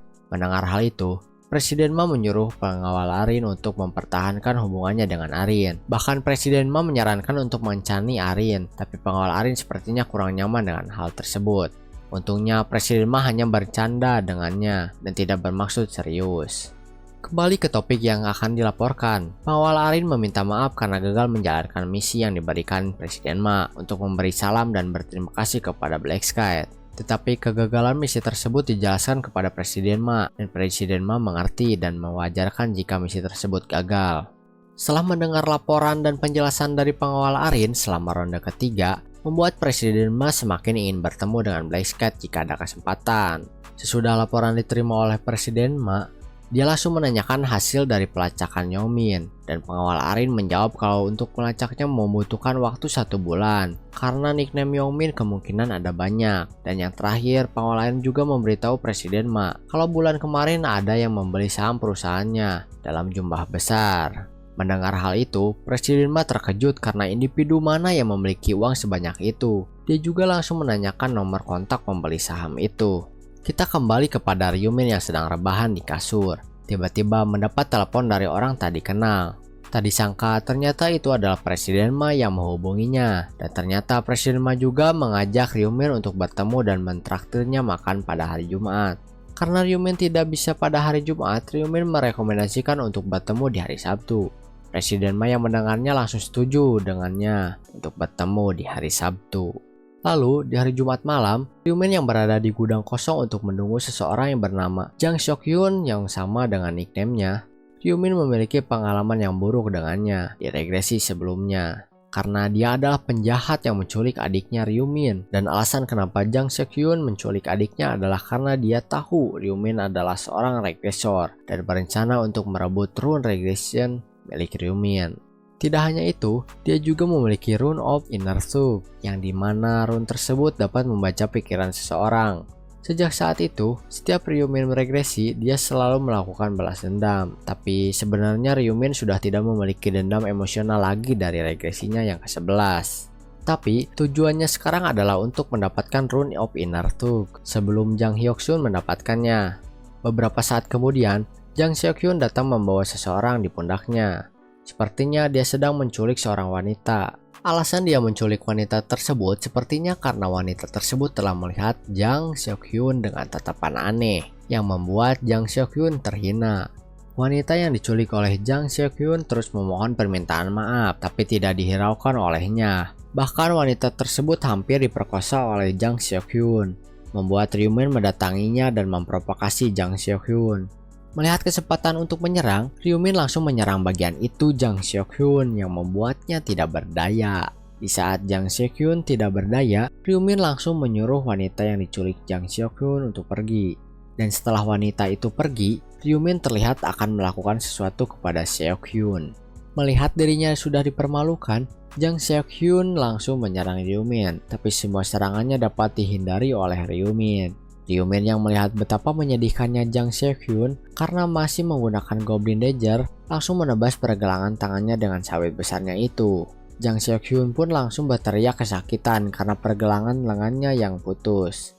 Ryumin pun langsung menebas lengannya yang satunya lagi. Di saat pandangan Jang Seok-hyun mulai kabur. Merasa semakin kesal, akhirnya Jang Seok-hyun menggunakan skillnya untuk membutakan mata Ryumin. Tetapi di saat Jang Seok-hyun akan mengaktifkan skillnya tersebut tidak aktif dan membuat Jang Seok-hyun panik.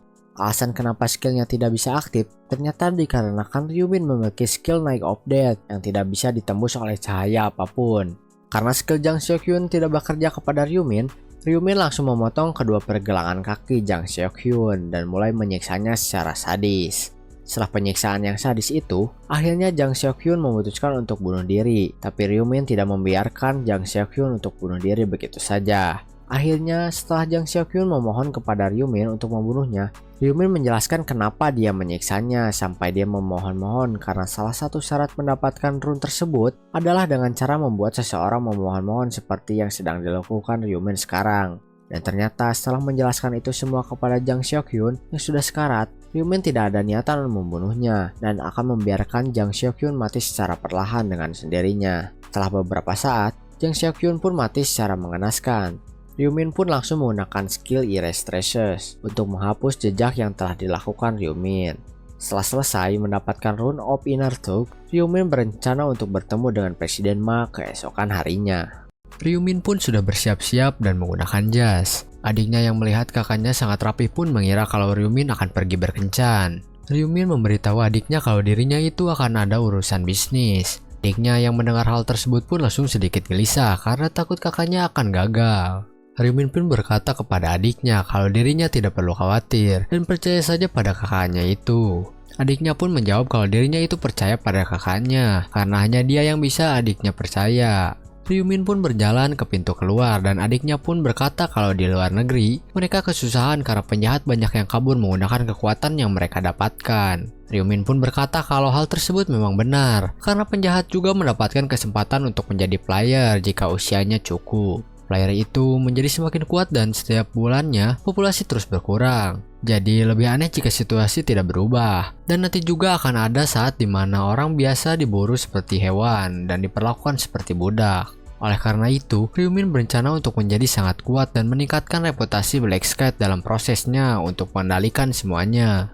Ryumin pun berangkat dan berpesan kepada adiknya supaya dia hati-hati jika ingin keluar. Kemudian adiknya bertanya, kapan Ryumin akan memberitahukan bisnisnya itu? Ryumin pun menjawab itu rahasia, jadi tunggu saja, karena Ryumin akan memberitahunya segera. Setelah itu, Ryumin pun sudah sampai di hotel tempat pertemuannya dengan Presiden Ma. Kemudian Ryumin mendatangi resepsionis dan disuruh menunggu terlebih dahulu karena Presiden Ma akan segera tiba. Lalu kepala bagian Sangchul pun datang menemui Ryumin dan meminta maaf atas perlakuan dirinya sebelumnya di hotel tempat mereka tinggal karena mereka sudah pernah bertemu dan Sangchul juga bersikap tidak sopan waktu itu.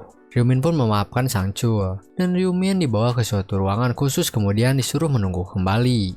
Sangchul pun keluar ruangan dan memberitahukan informasi kalau Ryumin tidak terlihat pantas sebagai investor dan menyuruh Presiden Ma berhati-hati. Takutnya, Ryumin itu disuruh seseorang. Tidak lama kemudian, Presiden Ma pun datang dan menyapa Ryumin. Ryumin pun berpikir kalau Presiden Ma sedang melakukan inisiatif secara diam-diam karena mengajak Sangchul tanpa memberitahukannya terlebih dahulu kepada Ryumin. Setelah itu, Presiden Ma pun langsung memanggil pelayan untuk membawakan makanan. Kemudian mereka pun makan bersama. Pada saat makan bersama, Presiden Ma pun setuju dengan pendapat Sangchul yang menyebutkan kalau Ryumin tidak pantas atau tidak mungkin menginvestasikan uang yang cukup banyak ke dalam perusahaannya karena Ryumin masih sangat muda dan tidak terlihat cocok untuk menjadi investor. Presiden Ma pun bertanya kepada Ryumin berapa umurnya. Ryumin pun menjawab kalau umurnya itu 20. Presiden Ma pun sedikit kaget mendengarnya dan bertanya kembali bagaimana Ryumin bisa mendapatkan uang sebanyak itu pada usianya sekarang. Ryumin pun memberitahu Presiden Ma kalau dirinya itu adalah pemenang lotre 4 kali berturut-turut dan menginvestasikan uangnya ke dalam Bitcoin. Makanya dia memiliki uang yang sangat banyak. Sangchul pun berkata Ryumin itu sangat beruntung karena bisa berhasil memenangkan lotrenya, dan Ryumin pun menjawab kalau itu bukanlah keberuntungan, dan berita yang tersebar kalau dirinya mendapatkan angka lotre dari mimpi itu salah. Ryumin pun berkata kalau semua itu karena dirinya memiliki skill yang membuat dirinya menjadi seseorang yang bisa melihat masa depan. Presiden Ma yang mendengar hal tersebut pun kaget, dan Sangchul tidak percaya dengan omongan Ryumin barusan. Ryumin pun berkata kalau dirinya tidak berbohong, dan karena bisa melihat masa depan lah makanya dia berani untuk berinvestasi di Bitcoin dan mendapatkan banyak uang. Presiden Ma pun berkata kalau tidak keberatan, bagaimana kalau Ryumin membuktikan hal tersebut dengan memprediksi apa yang akan Presiden Ma lakukan sebentar lagi. Ryumin pun menjawab kalau skillnya itu tidak bisa digunakan secara bebas, karena suatu alasan. Setelah itu, Presiden Ma pun sadar kalau alasan kenapa Ryumin menginvestasikan uangnya ke perusahaannya itu karena suatu alasan. Dan Ryumin pun memberitahu Presiden Ma kalau di masa depan itu perusahaannya akan sangat berkembang, makanya Ryumin mau berinvestasi. Presiden Ma yang mendengar hal tersebut pun merasa senang, tapi Presiden Ma masih kurang percaya dengan perkataan Ryumin karena takutnya itu hanyalah omongan semata dan tidak bisa dipastikan benar. Setelah itu, Ryumin pun memberitahu Presiden Ma kalau dirinya harus mengubah model bisnisnya demi meraih kesuksesan. Sangchul pun marah dan memukul meja setelah mendengar Ryumin berkata seperti itu. Suasana pun menjadi tidak mengenakan dan Ryumin berusaha meyakinkan Presiden Ma di mana Sangchul masih saja tidak mau mempercayai perkataan Ryumin karena harus merubah model bisnis perusahaannya, bahkan sampai harus mengganti namanya. Kemudian, Ryumin pun berkata kalau dirinya pindah ke rumah di bagian bawah tempat sewa Arin tinggal itu bukanlah kebetulan, tapi ia sengaja melakukan hal tersebut. Mengetahui hal tersebut, Presiden Ma berpikir keras, dan dengan kekuatan membaca isi hati yang dimiliki Ryumin, Ryumin pun berkata kalau Presiden Ma masih belum mempercayainya. Oleh karena itu, Ryumin pun membeberkan rahasia Presiden Ma yang seorang anak dari pemilik Ohsung Group, dan perusahaannya saat ini itu adalah bisnis rahasia untuk mendapatkan pengakuan dari ayahnya. Sangchul pun berdiri dan marah-marah mendengar Ryumin berkata demikian. Presiden Ma pun tidak menyangkalnya dan kalau itu semua memang benar, tapi dirinya masih belum bisa percaya karena takutnya Ryumin adalah orang yang dikirim pihak ketiga untuk menjebak Presiden Ma. Karena Ryumin belum berhasil mendapatkan kepercayaan Presiden Ma, akhirnya dia pun memberitahukan informasi mengenai ujian keempat. Setelah pertemuan itu selesai, Sangchul meminta maaf kepada Presiden Ma karena sudah terbawa emosi. Kemudian mereka pun berdiskusi mengenai Ryumin. Kalau memang dia terbukti bisa dipercaya, maka Presiden Ma berencana harus mendapatkannya. Ryumin pun berjalan pergi dari tempat pertemuan. Di jalan, Ryumin berpikir kalau Presiden Ma akan mempercayainya setelah ujian keempat. Setelah itu, Ryumin pun janjian dengan Julie untuk bertemu dan Ryumin sudah menunggu Julie di depan tokonya. Kemudian Ryumin pun memanggil Julie dan menyuruhnya masuk ke dalam supaya mereka bisa ngobrol sambil jalan. Di jalan, Julie menanyakan berapa harga mobilnya itu, dan Ryumin pun menjawab kalau harganya itu 900 juta won. Mengetahui harganya, membuat Julie kaget karena jika dia punya uang sebanyak itu, akan ada banyak tos serba yang bisa dia buka. Ryumin pun berkata kalau itu semua bukan seberapa dari uang yang dia dapatkan dari lotre. Julie pun merasa kalau dunia mereka itu berbeda, tapi Julie merasa senang dan berpikir kalau saat ini mereka itu seperti sedang kencan. Tiba-tiba, Ryumin pun berkata ingin mengatakan sesuatu. Julie pun sangat kaget dan memikirkan hal yang aneh, tapi Ryumin langsung menegaskan kalau itu bukanlah hal yang aneh. Ternyata yang mau Ryumin sampaikan itu adalah kalau dirinya itu adalah seorang peramal yang bisa melihat masa depan. Mereka berdua pun saling membahas kemampuan masing-masing, meskipun itu bukanlah skill Ryumin yang sebenarnya. Setelah itu, Ryumin juga memberitahu Julie tentang ujian keempat.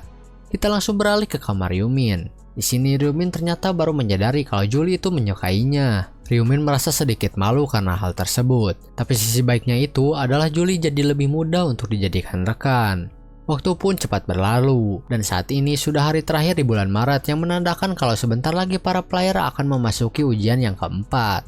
Ryumin sudah menyiapkan banyak hal, termasuk dengan perlengkapan. Kemudian adiknya pun datang ke kamar Ryumin dan bertanya apakah Ryumin bisa melewati ujian yang keempat ini dengan selamat. Adiknya pun merasa sangat khawatir dengan kakaknya itu. Tapi Ryumin pun berkata kalau adiknya itu tidak perlu berkata seperti itu.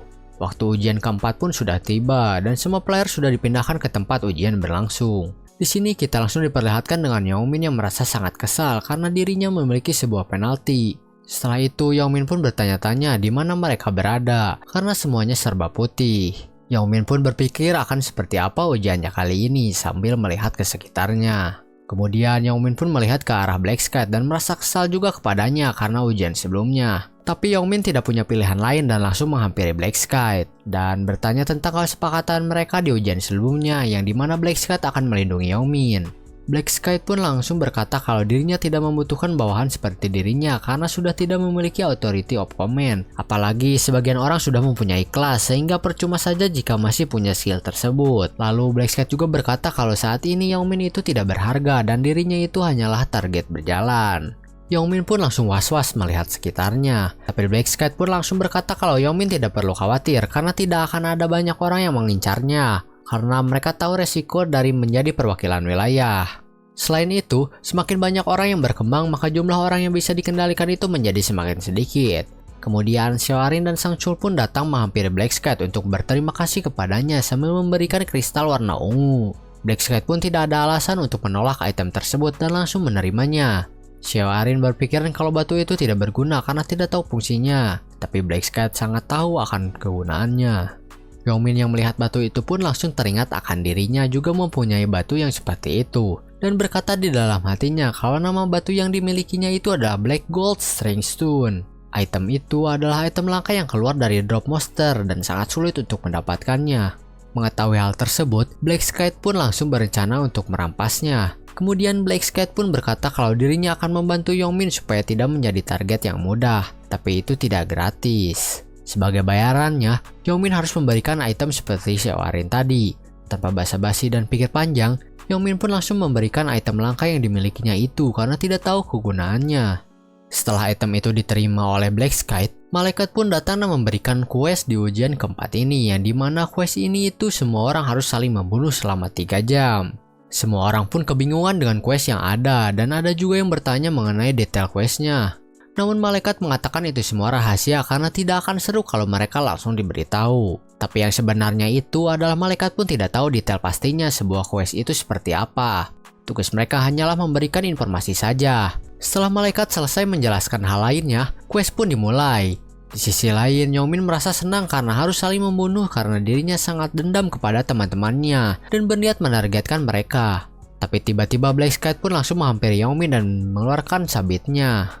Dengan sabitnya itu, Black Sky langsung membunuh Yongmin dalam sekali serang. Hal ini Black Sky lakukan untuk menyelesaikan subquest yang dimana perintahnya itu adalah membunuh perwakilan wilayah dalam batas waktu tertentu dan akan mendapatkan lowest rank mana stun draw token. Item ini itu akan memberikan 1-5 mana stun secara acak. Orang-orang yang melihat Black Sky membunuh Yongmin pun langsung protes padahal dia hanya menjalankan quest. Kemudian orang-orang pun mulai kesal dan marah kepada Black Sky karena membunuh Yongmin begitu saja. Karena membunuh Yongmin, Black Sky pun sekarang menjadi perwakilan wilayah. Selain itu, di atas kepala Black Sky nickname-nya itu berubah warna. Ternyata di ujian keempat ini, semakin banyak seseorang membunuh orang lain, maka akan semakin gelap nickname yang ada di atas kepalanya. Dan perubahan warna nickname itu adalah untuk memberitahu orang lain kalau orang tersebut sudah pernah membunuh. Orang-orang menyerukan Black Sky sebagai pembunuh, tapi Black Sky pun berkata kalau mereka harus berhenti munafik dan terima saja kenyataan. Di ujian ini, semua orang itu harus membunuh atau dibunuh.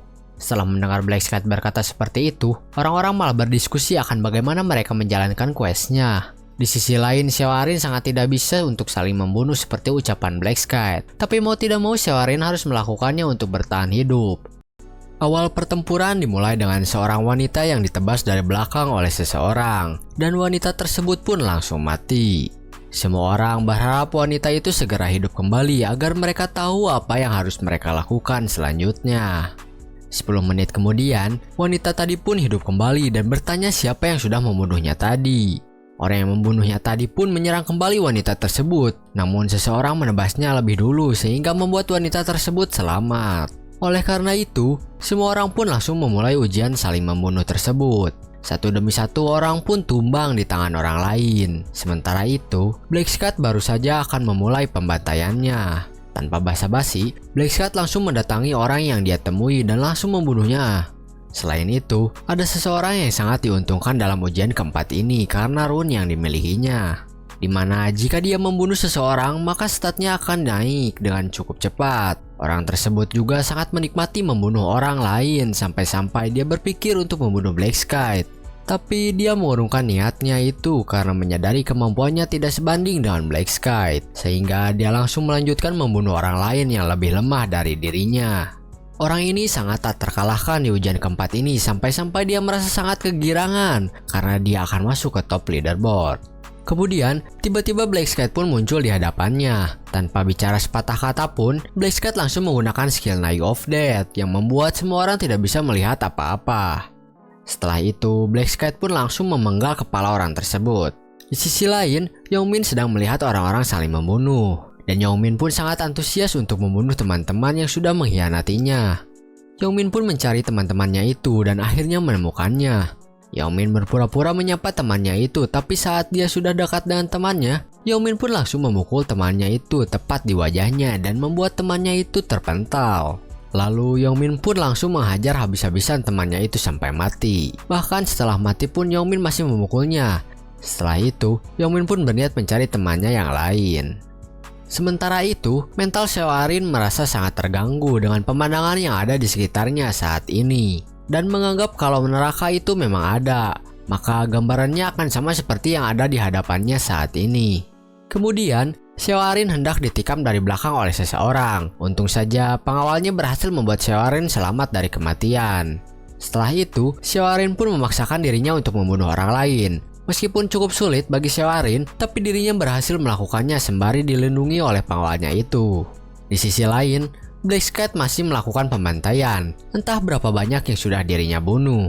Tidak ada yang bisa menghentikan Black Sky melakukan pembantaian ini karena kemampuannya yang terlalu jauh. Sementara itu, Yongmin masih terus membunuh temannya berulang kali karena merasa belum puas.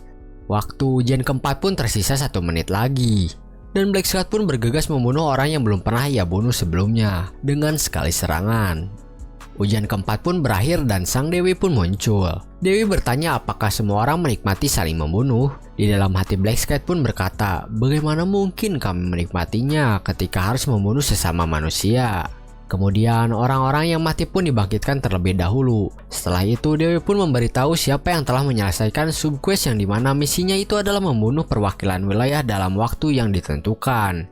Tentu saja yang telah menyelesaikannya itu adalah Black Sky yang membunuh Yongmin di awal. Lalu Dewi juga memberitahu leaderboard di ujian keempat ini. Dan sudah pasti Black Sky jugalah yang ada di posisi pertama di semua zona.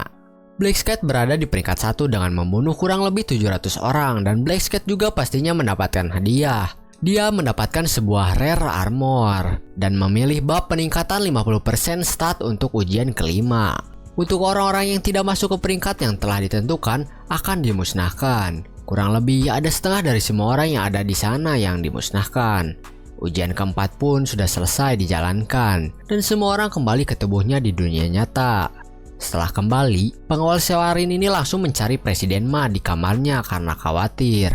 Dia juga melaporkan seperti apa Black Sky di ujian keempat tadi dan tidak menyangka dia bisa membunuh orang sebanyak itu.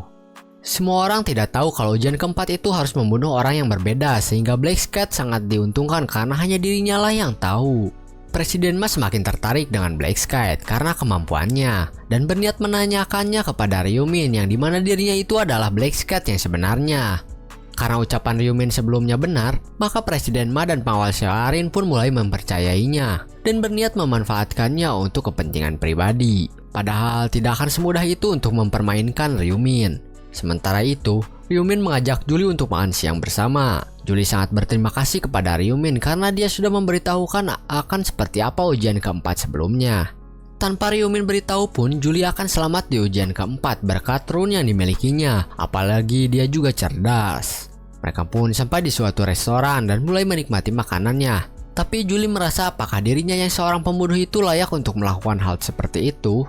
Ryumin yang tahu kalau Julie merasa bersalah atas kejadian di ujian keempat pun mulai menghiburnya dengan berkata kalau dirinya tidak boleh merasa terbebani dan menyalahkan diri sendiri karena mereka harus terus bertahan hidup demi keluarga yang sedang menunggu mereka bangun. Mendengar Ryumin berkata seperti itu, Julie pun menjadi tegar kembali dan mulai menikmati makanan yang sudah ada di depan mereka. Setelah mereka selesai makan, Ryumin memberitahu Julie kalau ujian kelima akan menjadi ujian yang paling sulit karena akan terjadi penyatuan wilayah. Mendengar hal tersebut membuat Julie langsung bertanya apakah itu berarti mereka akan bertemu. Di sini Ryumin berbohong kepada Julie kalau mereka tidak akan bertemu di ujian kelima karena Ryumin masih ingin merahasiakan kalau dirinya itu adalah Black Sky. Tapi Ryumin memberitahu Julie kalau dirinya harus minta bantuan Black Sky di ujian kelima nanti. Julie pun merasa ragu karena takut kalau Black Sky tidak akan mau bekerja sama dengannya. Ryumin pun meyakinkan Julie untuk melakukan yang dia suruh karena Black Sky itu sebenarnya sudah ada di depan matanya. Julie pun berterima kasih kembali kepada Ryumin karena sudah memberitahu informasi ujian kelima nanti. Julie juga memberikan buff kepada Ryumin. Mereka berdua pun pulang. Setelah sampai di rumah, Ryumin langsung melakukan gacha karena sedang mempunyai buff dari Julie. Ryumin pun sangat beruntung dalam gacanya, yaitu mendapatkan jumlah maksimal dari item yang bisa dia dapatkan. Kemudian Ryumin pun mulai meningkatkan item-item yang dia miliki. Setelah itu, keesokan harinya Ryumin diundang oleh Presiden Ma untuk makan bersama sebagai acara merayakan keberhasilan mereka di ujian keempat. Dia juga disuruh untuk membawa keluarganya datang. Adik Ryumin pun merasa gugup karena akan datang ke sebuah jamuan dan mereka akan dijemput oleh pengawal Arin. Beberapa menit kemudian, pengawal pun datang dan langsung meminta maaf atas perlakuan dirinya sebelumnya. Lalu mereka pun pergi ke tempat jamuan. Sesampainya di tempat jamuan, mereka langsung disambut oleh Presiden Ma. Adik Ryumin sangat gugup ketika berkenalan dengan Presiden Ma. Kemudian mereka pun memasuki ruangan makan. Adiknya Ryumin sangat terkagum-kagum dengan makanan yang ada di sana. Ternyata selain mereka, Xiaorin juga diundang ke acara jamuan tersebut. Adik Ryumin langsung shock melihat Xiaorin yang ada di jamuan tersebut tepat di hadapannya. Adik Ryumin sangat mengagumi sosok Xiaorin sampai-sampai dirinya gemetar. Kemudian mereka pun mulai makan makanan yang sudah dihidangkan. Adik Ryumin sangat senang dengan makanan yang dia makan, apalagi rasanya yang enak. Dan itu adalah kali pertama dirinya makan makanan seperti itu. Presiden Ma pun bertanya kepada Ryumin kenapa hanya adiknya saja yang dibawa dan keluarga yang lainnya tidak. Ryumin pun langsung menjawab kalau keluarganya itu hanya tersisa adiknya saja. Karena pertanyaan Presiden Ma barusan, suasana di sana pun menjadi sangat canggung sampai mereka selesai makan bersama. Presiden Ma terus berpikir harus bagaimana dirinya agar situasinya tidak canggung lagi. Akhirnya, Presiden Ma pun memutuskan untuk mengajak Xiaorin berbicara berdua terlebih dahulu. Ternyata Xiaorin diminta untuk mengambil hati Ryumin dengan wajah cantiknya itu. Xiaorin sempat menolak untuk melakukan hal tersebut, tapi dirinya tidak punya pilihan lain selain menurut kepada Presiden Ma. Presiden Ma dan Xiaorin pun kembali ke ruangan makan tadi. Kemudian Presiden Ma pun memberitahukan kalau mereka harus pindah ruangan. Sebelum pindah ruangan, adiknya Ryumin ingin meminta foto kepada Xiaorin karena dirinya adalah penggemarnya. Setelah tahu hal tersebut, Presiden Ma pun mengubah targetnya menjadi mengambil hati adiknya Ryumin. Ryumin yang tahu niat sebenarnya dari Presiden Ma itu apa, tapi dirinya masih diam saja. Mereka pun sampai di suatu ruangan dan di sana Presiden Ma berniat untuk minum-minum. Namun sayangnya Ryumin dan adiknya tidak meminum alkohol. Ryumin pun sudah tidak bisa tinggal diam saja. Ryumin menyuruh Xiaorin untuk keluar terlebih dahulu dengan adiknya untuk berfoto. Sementara itu, Ryumin marah kepada Presiden Ma yang ingin mencoba memanfaatkannya dan meminta Presiden Ma untuk berhenti menyembunyikan sesuatu darinya. Ryumin tahu kalau Xiaorin diperintahkan untuk mengambil hati Ryumin, sehingga Presiden Ma pun meminta maaf kalau sudah menyinggung Ryumin. Ryumin juga berkata kalau Presiden Ma sudah melewati batas karena mencoba memanfaatkan adiknya itu. Karena Presiden Ma sudah ketahuan, akhirnya dia pun meminta maaf atas semua perlakuan yang tidak menyenangkan itu. Kemudian Ryumin memberitahukan akan seperti apa ujian kelima nanti kepada Presiden Ma. Tapi Ryumin memberikan syarat kalau Presiden Ma harus mempercayai dirinya tanpa mengharapkan apapun dan jangan menyembunyikan apapun darinya. Presiden Ma pun setuju dengan syarat Ryumin tersebut. Kemudian Ryumin pun memberitahu Presiden Ma kalau ujian kelima akan menjadi ujian yang paling sulit dibandingkan ujian sebelumnya. Tapi dirinya tidak perlu khawatir karena tidak akan terjadi masalah pada dirinya. Presiden Ma pun bertanya apa questnya. Ryumin menjawab kalau misinya itu adalah membunuh 300 orc, namun tidak akan mudah karena zonanya akan digabungkan. Presiden Ma bertanya apakah dirinya akan bertemu dengan Black Sky di ujian selanjutnya atau tidak. Ryumin pun berkata kalau dirinya tidak akan bertemu di ujian kelima. Setelah itu, Ryumin juga menyuruh Presiden Ma untuk menghentikan investigasinya mengenai Yongmin, karena dirinya akan menerima kerugian yang besar kalau main-main dengannya. Sebenarnya, Ryumin hanya ingin membiarkan Yongmin hidup lebih lama karena masih berguna. Setelah selesai berbincang-bincang, mereka pun melanjutkan acaranya kembali. Setelah acara selesai, kita dipindahkan ke suatu tempat di mana kondisi cuaca sedang hujan dan terlihat ada seseorang yang sedang berlari dengan tangan kanannya yang terpotong. Ternyata itu adalah ulah seseorang. Kemudian orang tersebut pun kaget karena sudah ketahuan kabur ke sana. Lalu kakinya pun ditebas sehingga dia pun langsung terkapar di tanah. Ternyata yang melakukan itu semua adalah Presiden Ma. Presiden Ma melakukan itu semua untuk mengisi ulang kekuatannya yang bernama Dark Mana. Setelah selesai, Presiden Ma menyuruh pengawal Arin untuk membereskan sisanya. 2 minggu setelah acara jamuan Presiden Ma, saatnya Ryumin bergerak setelah istirahat. Dia pun berniat mendapatkan rune yang bernama Rune of Incarnation, yang dimana itu adalah salah satu dari 5 rune yang bisa dia dapatkan di dunia nyata. Nah, cukup sekian untuk video kali ini. Ini adalah chapter terakhir dari season 1 manhwa The Max Level Flyer 100 Regression. Kita akan bertemu lagi di video selanjutnya untuk season kedua dari manhwa ini yang masih belum rilis dan belum ada info kapan season kedua tersebut akan rilis. Kita tunggu saja untuk kelanjutannya. See you in the next video. Bye bye.